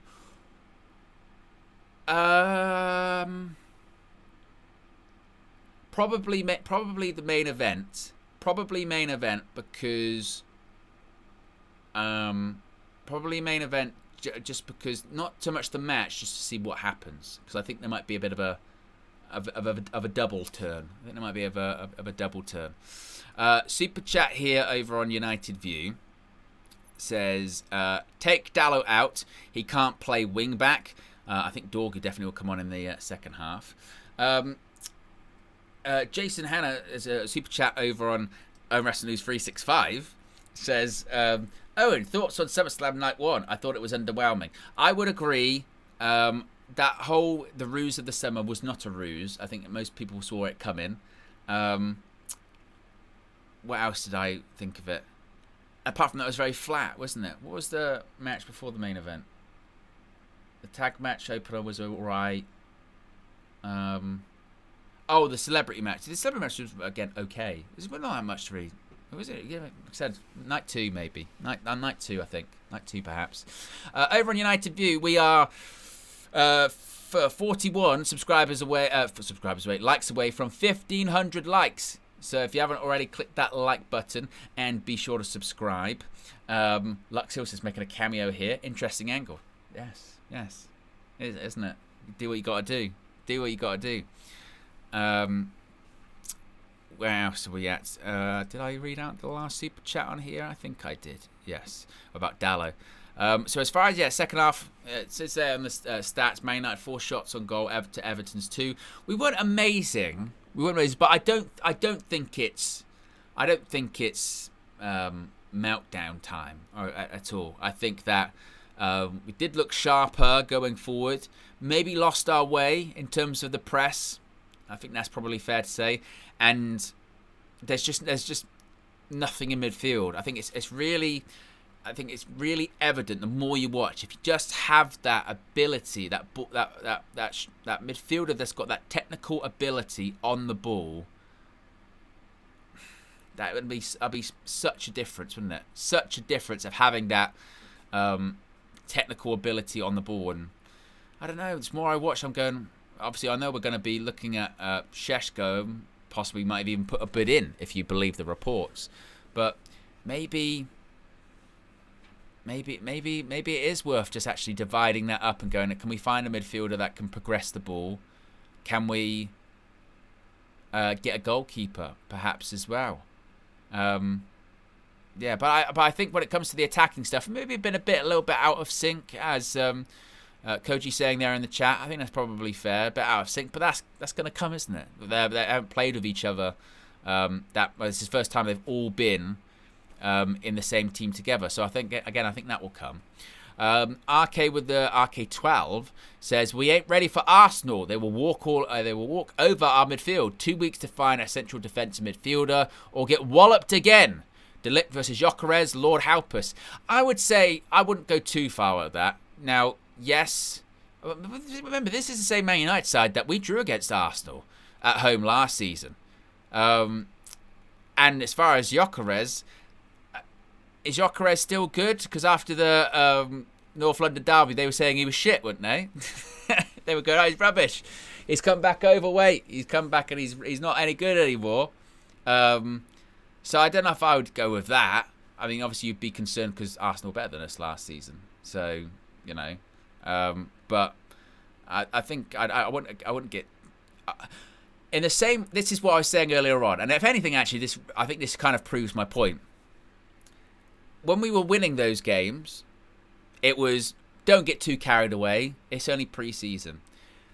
We're not even losing this game. We're level.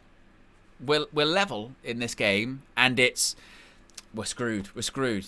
So either it means a lot or it doesn't mean a lot.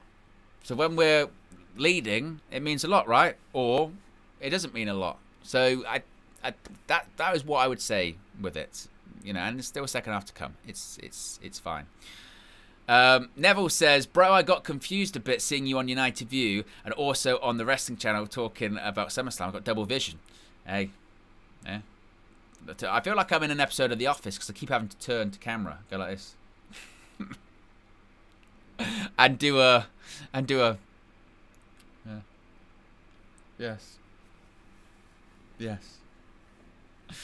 And as DJ says, it's pre-season and it's half-time in a pre-season match. It's calm. Lord knows what happens if we do go 1-0 down against Arsenal. Good grief. That's going to be mad, isn't it? Ash says, what time SummerSlam start? SummerSlam at MetLife Stadium, where Manchester United were just a few days ago, starts in 4 minutes' time. Well, actually, about 3 minutes' time now, according to my my Netflix I've got in front of me. Like I said, guys, you would not believe the the setup I've got going on here. I mean, it is so like I've got YouTube backend for my channel. I've got the stream for my channel. I've got YouTube backend for United View. I've got the match feed. I've got SummerSlam. I've got UV comments. This is fully Inception. I cannot believe I've actually been able to pull this off. I've been talking about this for weeks. I've been talking about this for weeks, for months, about how I was going to pull this off, and I've managed it. Local pundit says, "Owen, move that camera a bit to your right." Am I right this way? No, because the reason why is because I can't get that out of the way. That's why it's kind of there. So it's a bit like that, really. Maybe if I move like that. There you go. There. And Luxil says your internet's holding on for dear life. That was the hardest thing, was getting the settings not to overload everything. That was the hardest thing. A bit of an update on the story that we spoke about earlier on, folks, about have United put a bid in for Benjamin Šeško. Another report coming out of Germany this evening says, despite reports stating that Manchester United have submitted a bid for Benjamin Šeško tonight, there has not yet been an offer. So, after all that, it was bullshit. That it didn't happen. Yeah. So, no new offer. No new offer, unfortunately. Is there a super chat here that I've missed? No, I read that one about not being ready for Asna. And SummerSlam's about to start. I've got to turn my sound on here.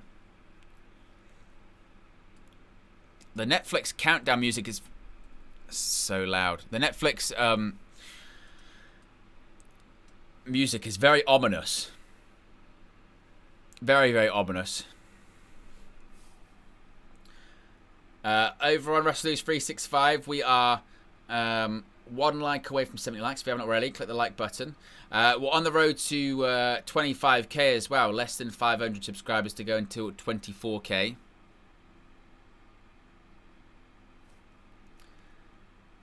This is good. This is good. We did it, folks. We did it. I was wondering for weeks how I was going to manage to pull this off. I was wondering how I was going to be able to pull this off, and somehow we've done it. So it's good. The live stream is about to start for SummerSlam, and I will also provide play-by-play for Manchester United being 1-1 in the second half. Game hasn't kicked off just yet. Grandpa says the Premier League is planning to launch a Netflix-style streaming service that would show every game live, just £10 a month. If they do that, then Paul Merson says I would be worried for Sky and stuff like that, because, I mean, why have it?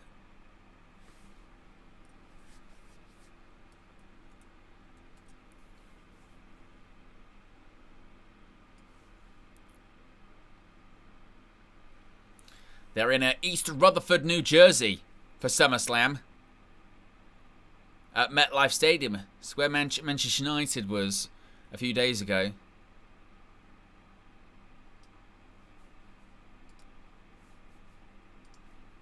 It's very quiet, actually. There you go. WWE is so obsessed with having things sponsored. It's the Superstar Arrival sponsored by Wingstop, which is madness. Philip says, I don't understand why Dallo would be playing. He sucks. And we also need a midfielder that can keep the ball. There's Brad Guzan there. Becky Lynch is arriving as well. Big Yo-Yo with a super chat on my channel. Big up to you, Big Yo-Yo. It says, a little calm maybe. Playing a tweak setup, a new player, positional relationships, and Dallo off his game. Better in the second half. I love that Big Yo-Yo's did a Man United super chat on my channel. We're fully inceptionized at the moment, aren't we? Oh, it looks like Dorky might be coming on. He's being spoken to. SummerSlam Sunday is just about to begin. Joe C on United View says, can we get a goalkeeper that doesn't give easy rebounds? I know.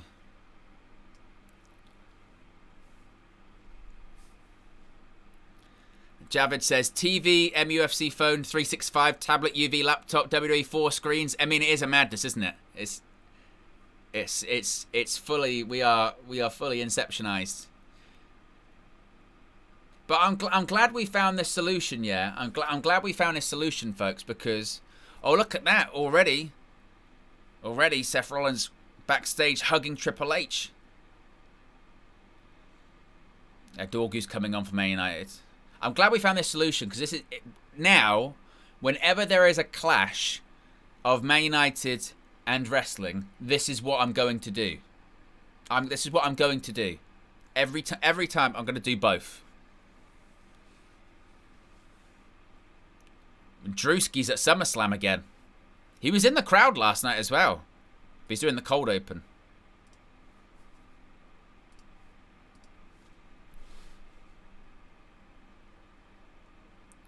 No counts, no disqualifications. Big Yo-Yo says, Yo-Yo in the multiverse. Yeah. Yeah. That's what it is. As KJ says, camera angle, and we're doing what we can. Once United finish, I'm going to switch over to this. And that's what I'm going to do. Oh, big up Bobby G, man. Bobby G says, just my luck. My Mrs. Water just broke on the way. Baby on the way. Have a good weekend, Owen. Holy shit. I hope everything goes good, mate. I hope that all goes good. Hope that all goes well. And the baby comes healthy and happy. Best wishes to you and your partner. I'm sure... This will be cool. Both the UV community and the WrestleNews 365 community will say congratulations across both. Big up to Bobby G. Bobby G's across both anyway as well.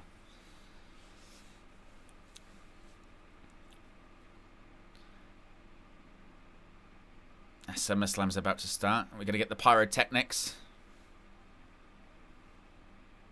Look at that. Both chats are filled with love. Nathan says Triple H was with Donald Trump in the White House. I know, it was madness, wasn't it? And then they say they're not political. It's like, well... Second half is underway at the Mercedes-Benz Stadium.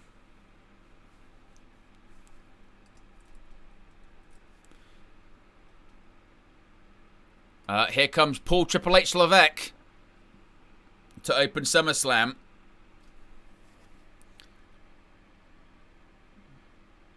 Oh, he's not getting a full entrance. He's just getting into the ring.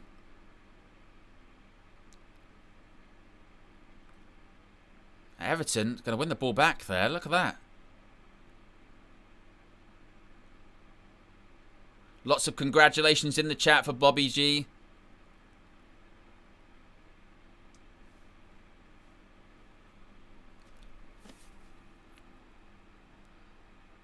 Everton ball over the top. Oh, good tackle, Lenny Orr. He is quality, isn't he? He is quality.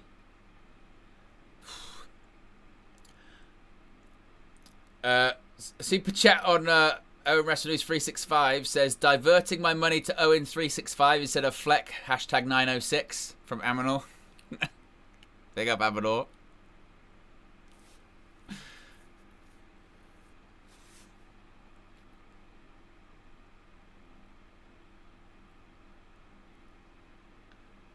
There's a corner for Everton. Garner's going to take. Triple H says it's your moment. It's your time. Ball in. No, blocked. Oof.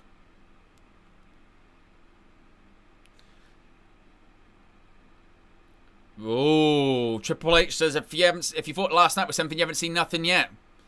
Good, because it wasn't that great last night. It was pretty shit.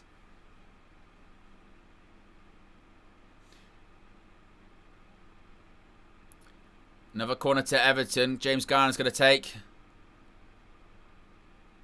Ball in. Oh, Bindeer punches.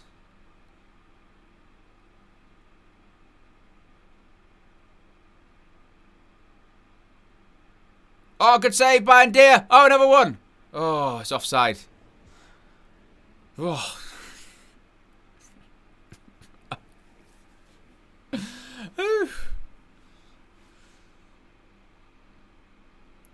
The pyrotechnics.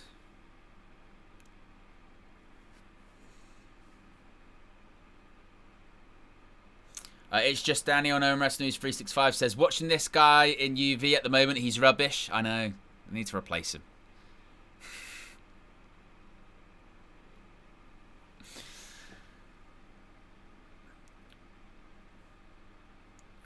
Oh, Women's World title starting off. Got to switch. Got to switch. You can do it, Owen. You can do it. I believe in you. Yes. Can do it. There you go.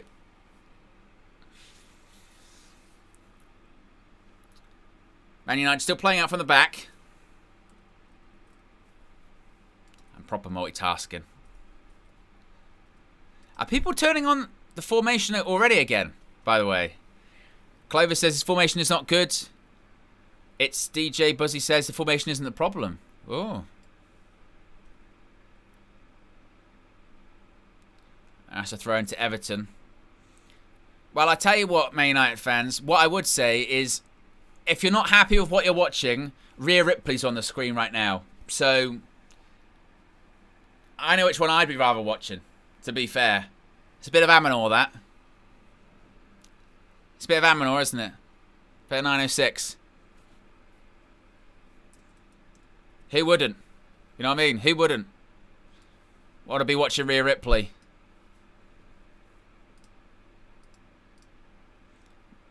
Yep, DJ says it's nothing wrong with the formation.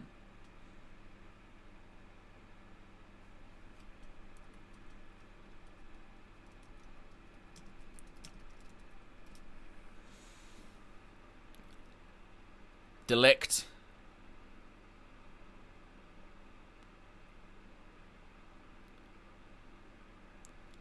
There's Patrick Dorgu. Oh, I'll tell you what, that was nasty. On Bruno Fernandes. Oof.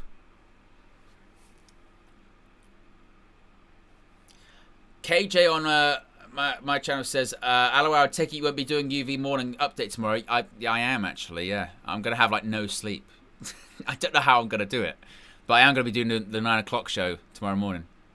It's going to be crazy.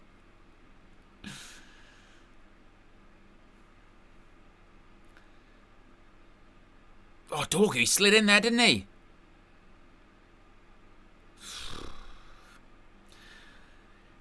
We definitely still look fragile, Man United. Oh, my God. It was that. Ball kicks out straight for play. Good grief.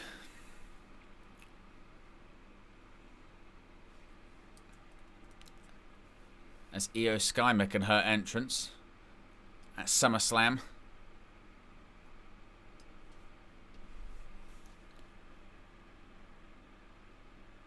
Second half, first 5 minutes, it's been more of a continuation of the first, isn't it?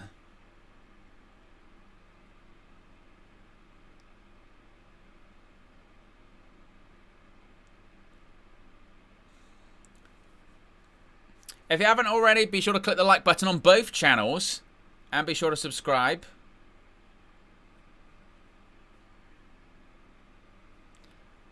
You get it. This is interesting for those watching on United View right now. You do get it with both. Someone on my channel has just said, Derek said, so why is it called a watch along when we're not seeing anything? Just like United View don't have the rights to show the Manchester United games, I do not have the rights to show or broadcast WWE SummerSlam. One day, maybe. You never know.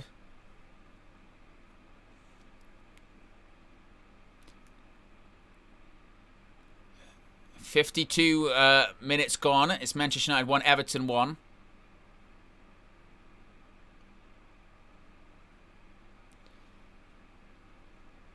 As a lot of people are not happy with Ugarte in the chat.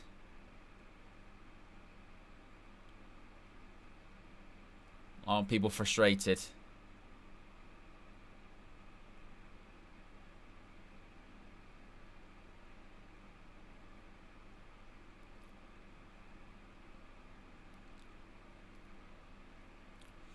Ian White says, Owen, has it been United being poor or Everton playing good? Well, certainly, again, just Everton just keep looking like they're on the attack, particularly in the second half. And also, we can't keep hold of the ball. We've really... Oh, we got our live performance.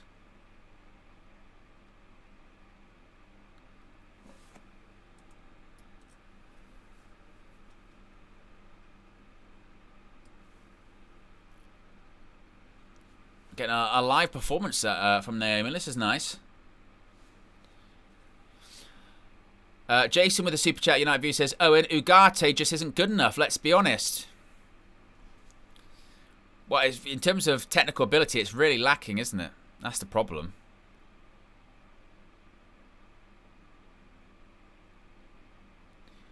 Oh, it's Naomi's father. He's a world-renowned guitarist. Ah. Used to open for Kool and the Gang back in the day. Playing his, To the Ring. What a moment that is. That's pretty cool, isn't it? Imagine that. Free kick to Everton here.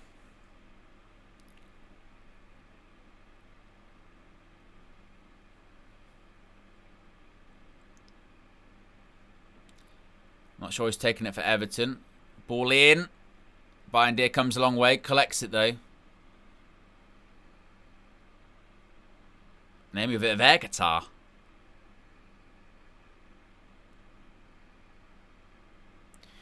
Ian says, Owen, please tell me Flex didn't answer the phone at half time. There was another beautiful butterfly effect. I didn't even try and call. That was one extra bit of multitasking I just wouldn't have been able to do. I couldn't do that. I've got so much Inception going on right now. It would have been just a disaster.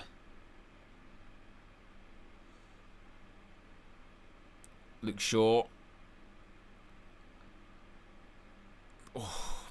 Yeah, Man United's passing. The passing's just been really, really poor.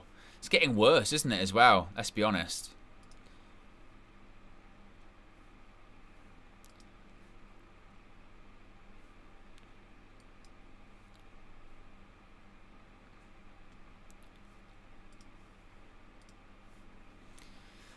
Oh. Over on my channel, we're 15 likes away from 100 likes. So if you haven't already, click the like button. On United View, it's just Danny says, what happened to Cass? Oh, he's on the bench, isn't he?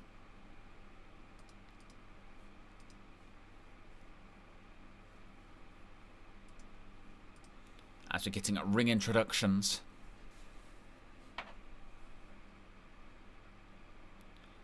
Corner ball for Manchester United. Bruno Fernandes. Ball in.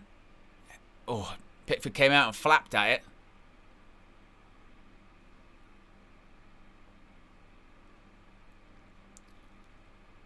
EO Sky.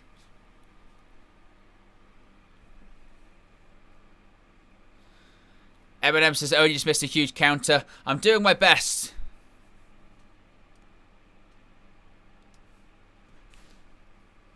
Because I turned the sound down. If I can hear both, I'll just listen to both. There you go.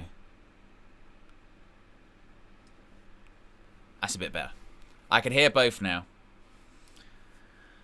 Jason Hannah with a super chat on my channel says, by the time we get any wrestling, the Manchester United match might be over. That is the hilarious thing about WWE is, so far, I haven't actually missed any action because they take so long. Which is hilarious. Harry Maguire's on. Kobbie Mainoo's off.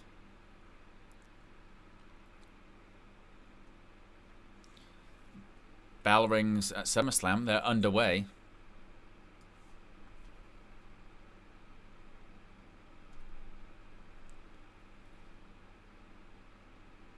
Reuben pacing on the touchline. Maguire goes to centre of the three. Delect to the right.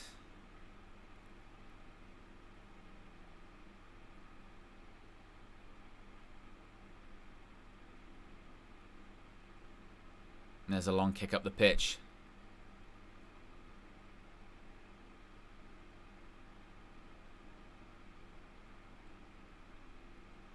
Bruno again.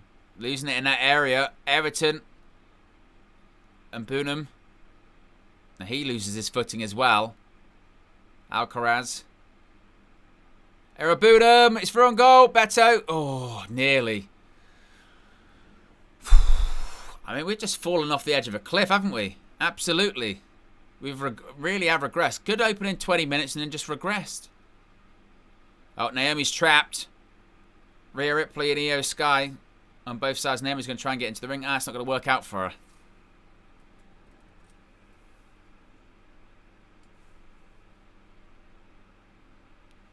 Everton look like they're going to make a bunch of changes now.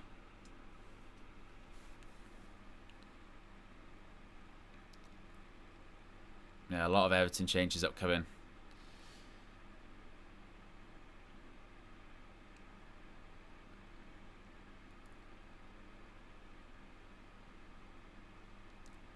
Oh, tell you what, really just kicked Io Sky straight in the face. Good grief. Here's Bruno Fernandes. I was wondering when that was going to happen. Literally like a big spot, and I'm like, bang.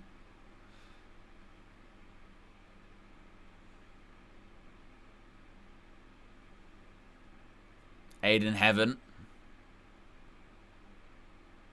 Ball over the top. And that's going to be a goal kick for Everton. Yeah, Man United have really lost their steam. Really lost their steam. Yeah, you're right, Steffi. KG, remember KG said we were going to win by 6 goals? What did he say, 6-1? Snapmare by Naomi.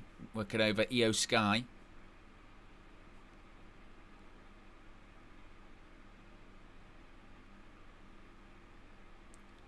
There's about 30 minutes left in this game at the Mercedes-Benz Stadium.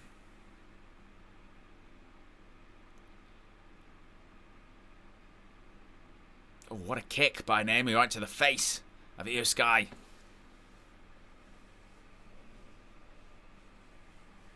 Everton making a bunch of substitutions here. Oh, she's biting her thumb. She's biting her thumb. Nasty. Very nasty. Oh. Not very sanitary, is it?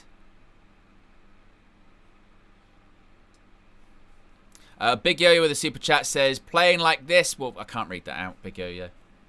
Jesus. I can't. Come on. Of course I can't.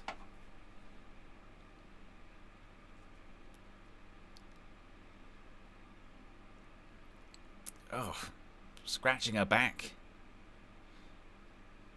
Lucky Man United got a free kick there because Ugarte lost the ball again.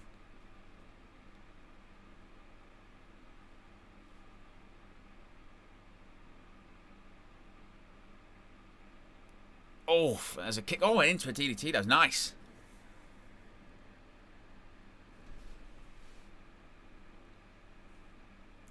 Here's Bruno Fernandes.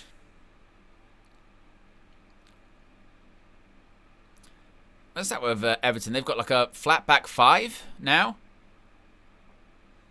Or it's allowed to go into a flat back 5.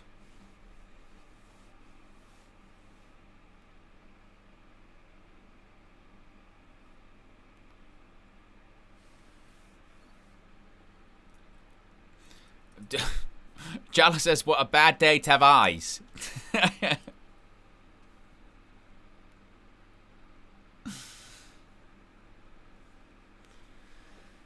Corner ball for Manchester United. Bruno Fernandes.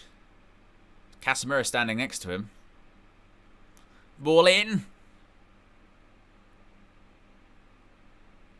Euro. Ball's bounced around all over the place. Bruno Fernandes. Mount cuts it back. Oof.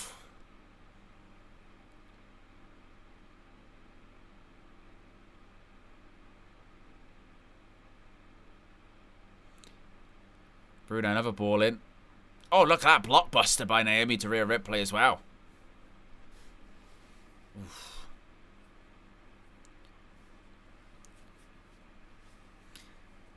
If you haven't already, guys, click the like button on both streams. We've got over 1,500 likes over at UV. And be sure to subscribe as well. This guy's got a kick to the face.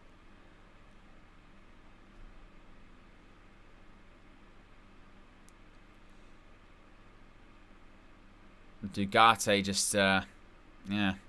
It's not been a good game, has it, for Manuel Ugarte?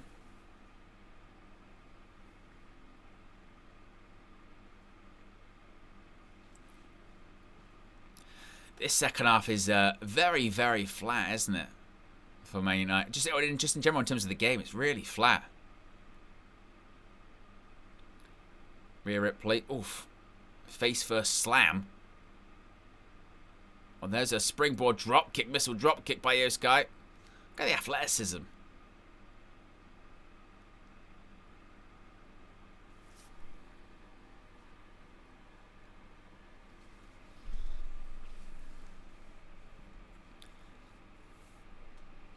Oh, 619, Tiger fake kick. Where's the...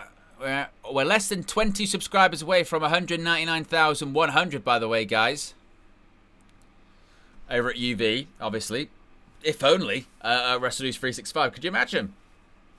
That would be amazing. Bruno Fernandes. Oof.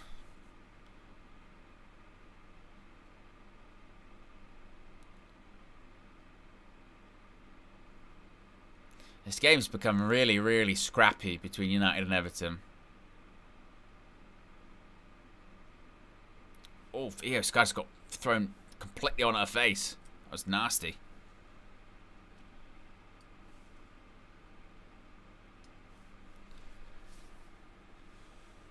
Second half just got very, very flat, hasn't it? not really that much sort of... Man United look like they've gassed out, don't they? Oh, roll up by you, Sky. Oh, kicks out. Now crossface. Who's that down? Is that Heaven down? I think it is.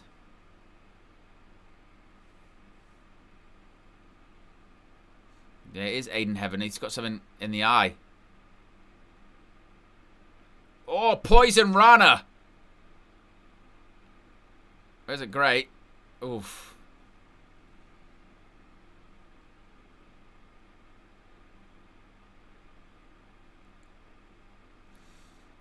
Shuhei says, I've lost all optimism. I was a fool to have any. It'll be okay. It'll be alright. As Javid says, if Rasmus comes on, it's wrestling on both channels. That's very true.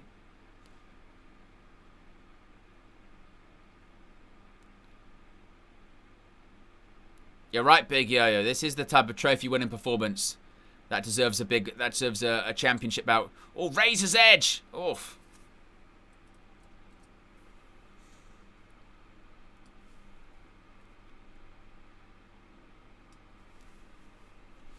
Oh, pulls her out of the ring. Gamebred says outplayed by Moyes' Everton should be panic. I don't know if it's outplayed. Like I said, we have to keep the same energy. So, you know, when we were winning, it was, well, let's not get too carried away. Now we're not even losing. We're drawing, and it's, well, here we go. We're gonna lose everything again. It's like, well, look at Ruben's face. Good grief. He is looking very frustrated. Oh, moonsault to the outside. Oh, my God.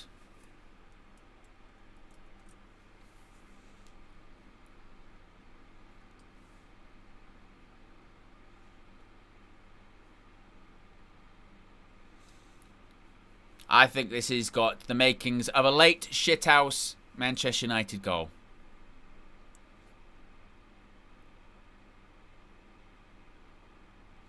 I tell you what would be really interesting is if the commentary team swapped. So you had Michael Cole and Wade Barrett calling Manchester United versus Everton, and you had John Champion and Graham Lasso calling the wrestling. That would be interesting. That would be fun. I think I would enjoy that.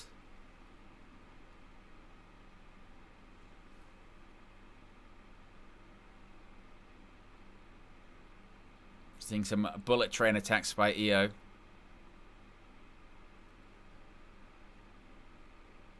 Mason Mount loses the ball that time.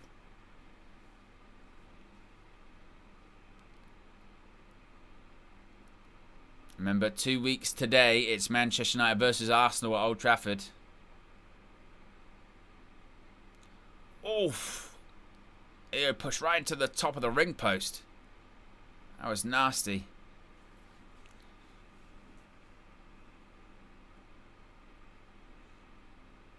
Oh, kick sends Rhea Ripley down off the turnbuckle. Mason Mount. Oh, what a goal! What a goal that is by Mason Mount. Now, where's the negativity now? Oh, Manchester United, we're not going to do anything. We're not going to, oh, God, we're going to get relegated. Nothing's changed. Nothing's changed. Oh, God. Oh, no. Mason Mount. 2-1 Manchester United. That is a top-class finish. Look at this. Turns, shoots, Makeda-esque. Who gets the assist as well? Bruno Fernandes. Not bad. Is it? Not bad. Like I said, we need. Come on, guys. We need to be better. We can't be, just going mental every time we concede a goal. Because now it's back to, like Big Yo-Yo said, we're gonna win the league again. Yes, we're gonna win the league again. We're not awful. Oh God.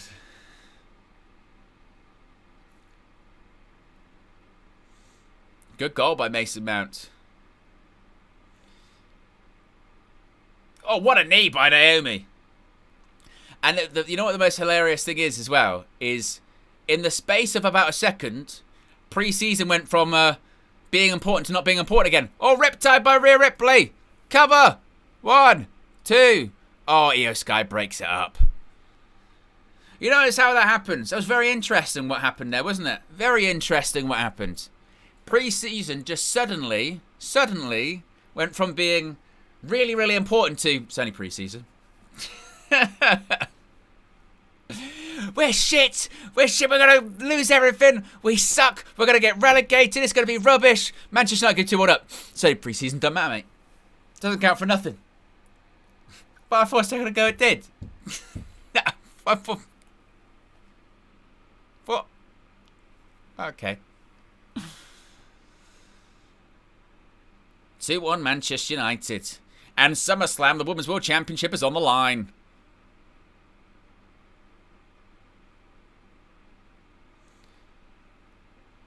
Dallo. Bruno Fernandes. Ahmad. Oh. Corner. See, playing a bit better now.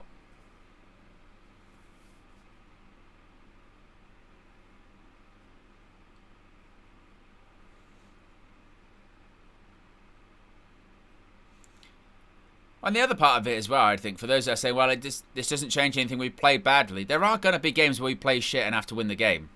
We're not going to play well every single game. We're not. We played well against West Ham. We played very well against Bournemouth. By law of averages, you're probably not going to play well every game. Look at Rhea Ripley, bowling ball to Naomi.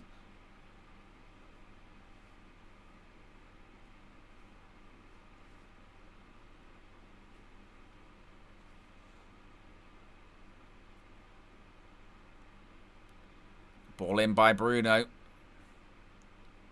Talking. Io Sky's going to go for a powerbomb. Oh, onto Naomi. Oh. On the outside of the ring.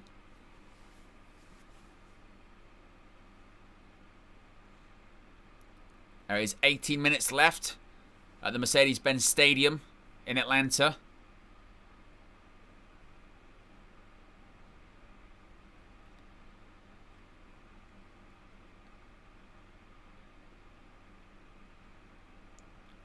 Io Sky's going to the top rope.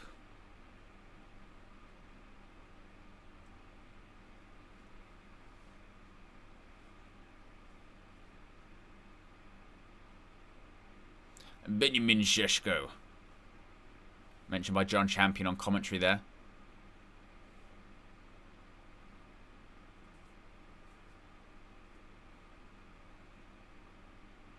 Oh, ew, she nearly fouled there. Uh-oh, Avalanche Riptide looking like...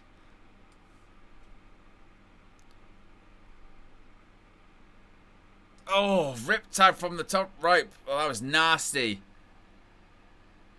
Oh, Naomi. She's going to steal it. She's going to steal it. She stole it. She stole it. She pinned Rhea Ripley as well.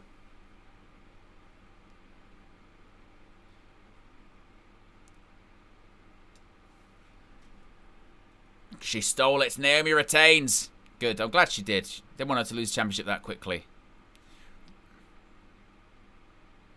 Rhea Ripley snake bit.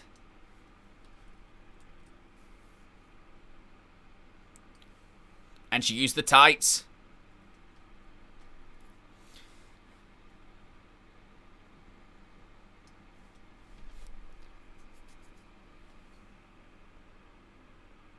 Everton trying to play out from the back here. And Man United win it back. Nice.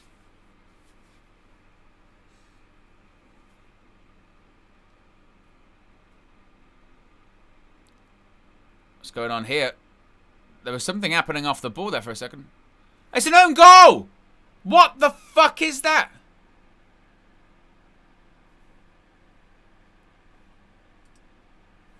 It's all kicking off, but Aiden Heavens just kicked the ball in his own goal. What's going on?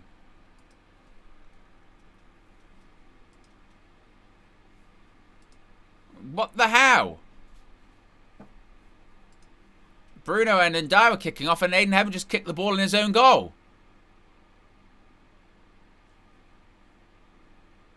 What?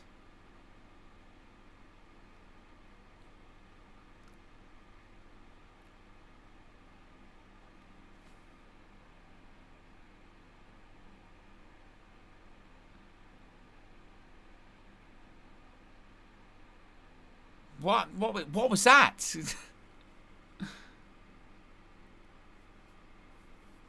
Oh, it's Ahmad. Let's have a look.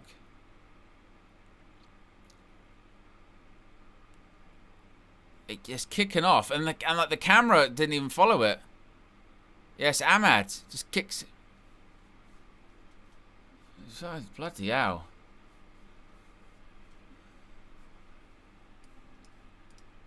Ridiculous.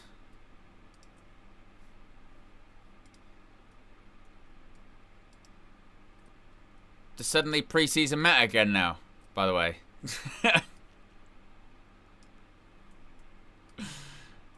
Next thing you know, look at this, we're not ready again, pre-season, it's a big indicator. Oh my god. As if it's not hard enough to multitask and multi-stream.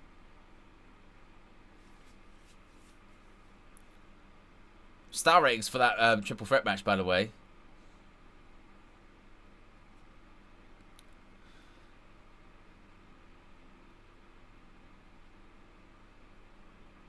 Rene gives it a 4. Matty says a 4.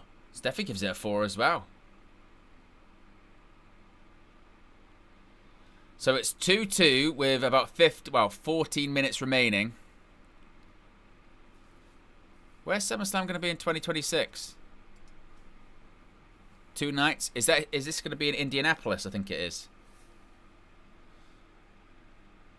Oh, Minneapolis. The US Bank Stadium in Minneapolis.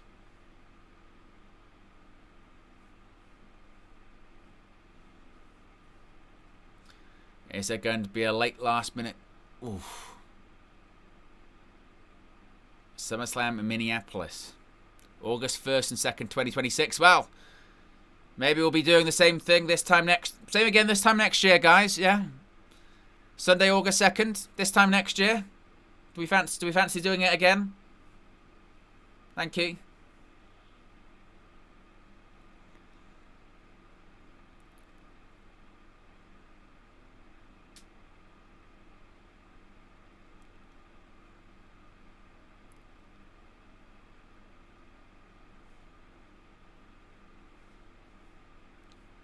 Tyrese Halliburton, 2-time NBA All-Star, is at MetLife Stadium watching SummerSlam. He's in the front row.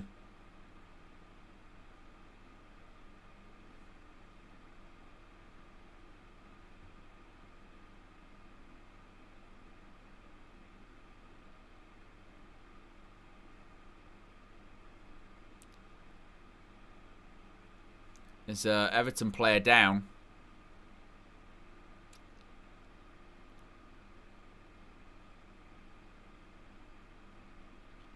Rasmus Hoyling having a word there with Aiden Heaven. There's the Cone Zone at Steffi Jenks says Billy said that's Forbidden Door and United vs Fulham. Is that on the same day now? Have they moved that? Oh, if they have, honestly. Man United fixtures. 24th of August. Forbidden Door 2025. 24th of August. Well, I guess we're going to be doing another simulcast stream. What time's that one kick off? 4:30. So that'll be like, that would be finish about 6. Depends when Forbidden Door starts, but it'll be close. It'll be close. We shall see. We shall see what happens with that one. It's gonna be a.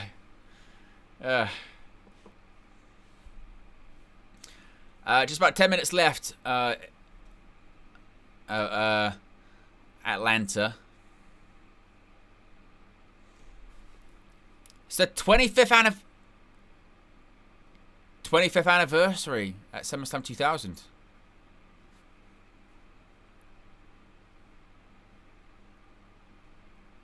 It's the Dudley Boys. They've got 2 of the 3 teams. Of course, the other team's in AEW.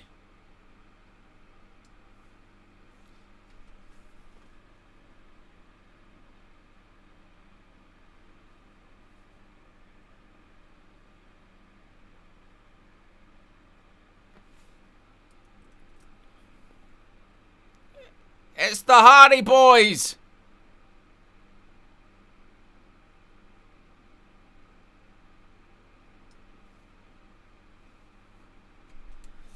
It's going to be the Hardy Boys versus the Dudleys at TNA Bound for Glory.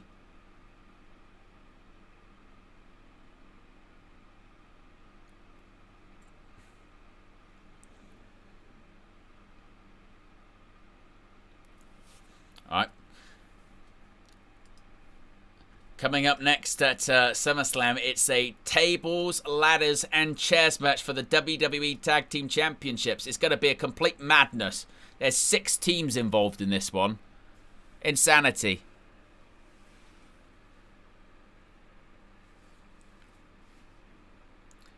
Billy says Forbidden Store starts at 4. Well, I've got to figure these things out, don't I? I've got to figure out what's going to happen. Yes.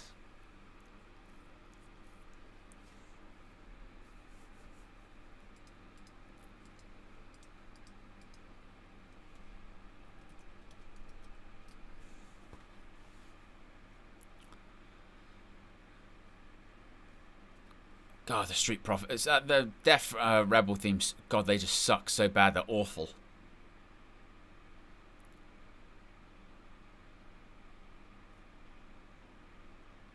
If you haven't already, click the like button on both channels. We are currently at 100 likes, or 1 away from 100 likes on my channel. Oh, ball in. Oh, Dallo was nearly in behind then.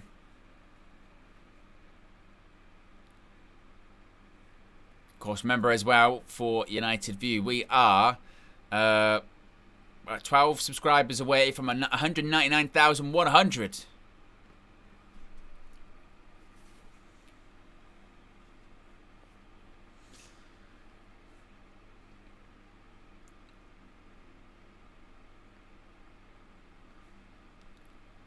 I still can't get over that own goal, by the way. That own goal is one of the maddest own goals. And because of the stuff that was happening off the ball with Bruno, it kind of got lost at the time, didn't it? And, like, not spoken about. Barry and Maguire makes a good tackle.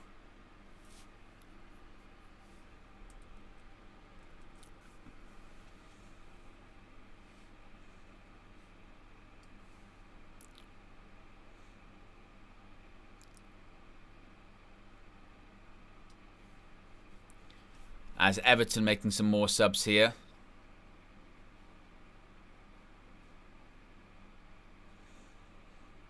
Oh, we hit 100 likes over at Wrestling News 365. Appreciate everyone for clicking the like button. Be sure to subscribe as well.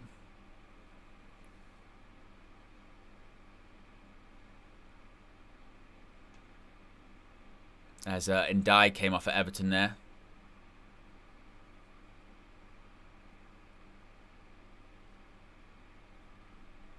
I think there's a lot of, you know, there's a lot of expectation and pressure on Manchester United, isn't there, of course, as well. I mean, as Oba mentions there in the chat, you know, other teams have lost games in pre-season. We won't get spoken about as much because we want to win every single game, don't we? I forgot watching this last night for SummerSlam. The stage for this year's SummerSlam is shit. Secondly, it's just a floating graphic that bounces up and down every time, isn't it? Every time, it bounces up and down.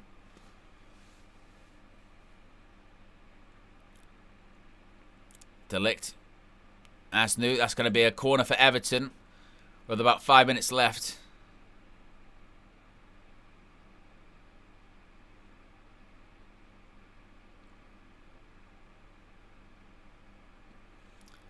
As there goes Fraxium.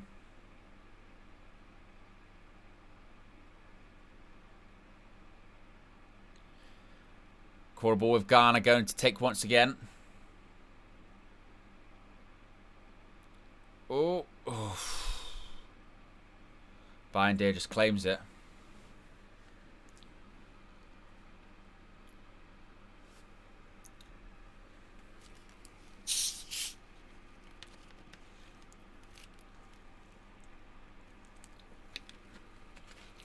Grandpa's right there. The passing has been particularly atrocious, hasn't it?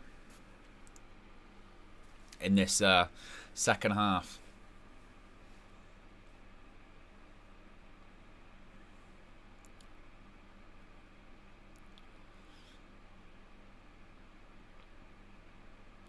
Dwayne with a super chat says, winning all the games is kind of bad luck, in my opinion. Dorgu! Oh, it's a good save by Pickford. In behind, though, it was a chance.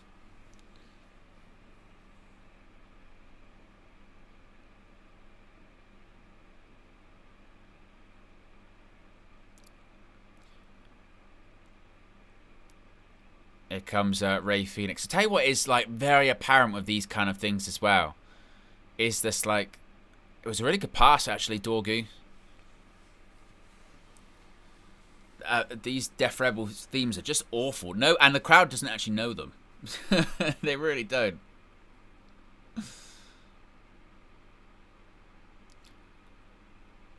Don F says, is Binder actually good at anything?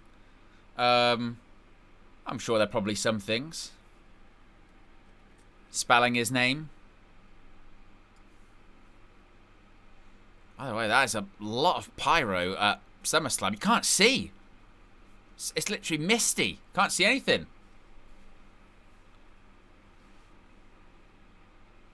Can you?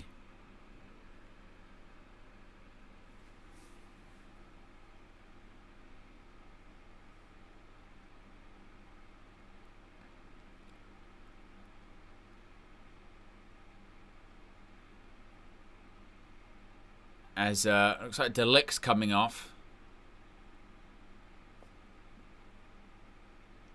For Fredrickson. Fredrickson's coming on.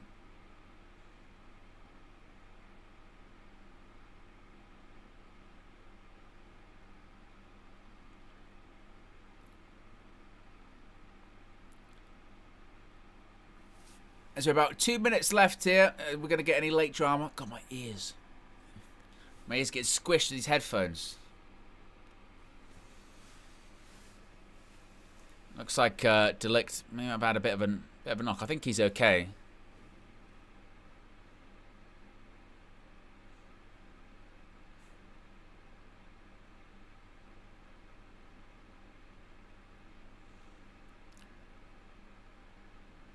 Tables, ladders, and chairs. This is going to be a madness.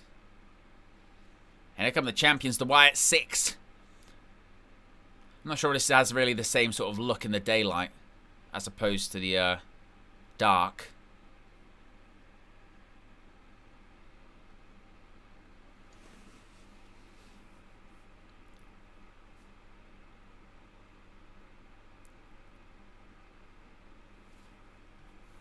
That's going to be a corner for Everton.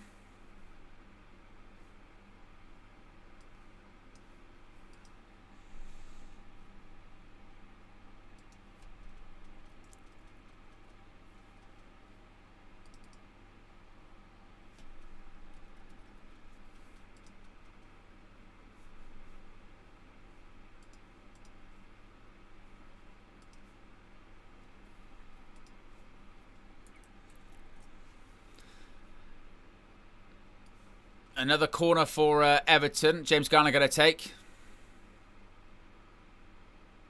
Ball in.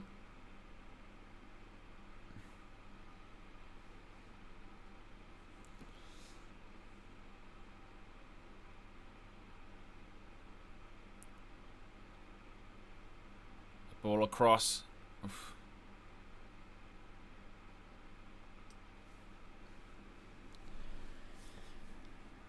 Well, they say it's going to be 3 minutes of stoppage time, I think.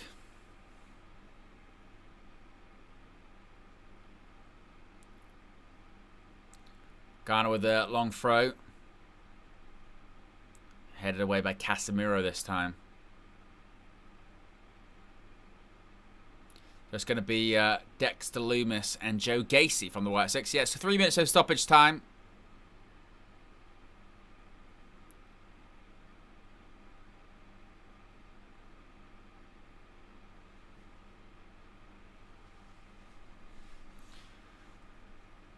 Here's Bruno Fernandes.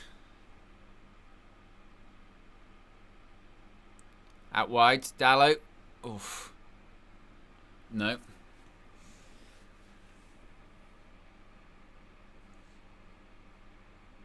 Oh, a bit laggy there. Don't know why. You get rid of that. That's probably why. There you go. Sometimes this gets a bit overdone. There you go. Ball in. Oof. Just headed away.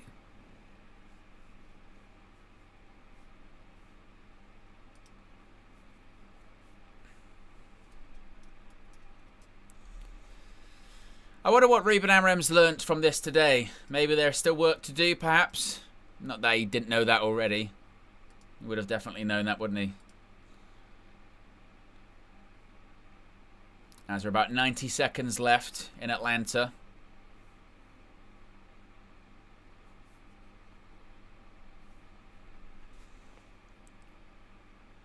Oh, look at that. Drop kick in the ladder.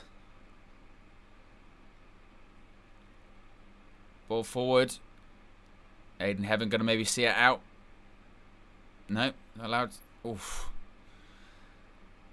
I tell you what, the difference between different things here, you've got this sort of pre-season fixture just completely petering out. And then you've got something at SummerSlam, which is a TLC match and people diving on each other onto ladders and all that. It's mad. As Patrick Dorgan takes the throw. Meanwhile, in the ring at SummerSlam, you've got Fraxium running around. And they've got a ladder.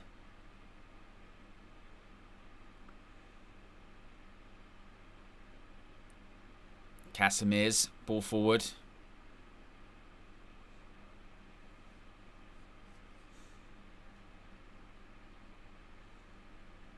Oof. Bruno Fernandes, any late drama?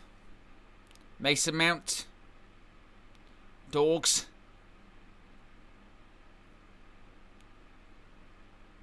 Ahmad. Oh, one more to Bruno. It could have...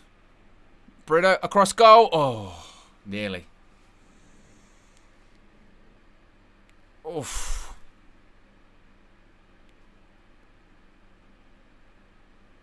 Ball in. Oiland. Nope. That's going to be it. So there you go. Finishes 2-2. Finishes 2-2 in Atlanta. Manchester United do win the Premier League Summer Series. So there you go. There's something with that, you know. For the negativity, Manchester United do actually win the Premier League Summer Series. Got a trophy, so it all counts. Yep, all counts. Yep, all counts. Yeah, I'm you know. Appreciate everyone that stayed locked in for the match view. I'm still going to be live for the rest of the evening over on OWEN Wrestling News 365. So if you want to stay up and watch SummerSlam with me, you can join me there. You'll be redirected. Appreciate everyone that's got involved. And stay locked in on United View as well. There's going to be fan views from Flex KG. There's also maybe going to be discussions and interviews with players and what have you, and plenty more tour content coming. So don't just tune out just yet. I will be live over at United, not on United View, on OWEN Wrestling News 365. Anyway, peace.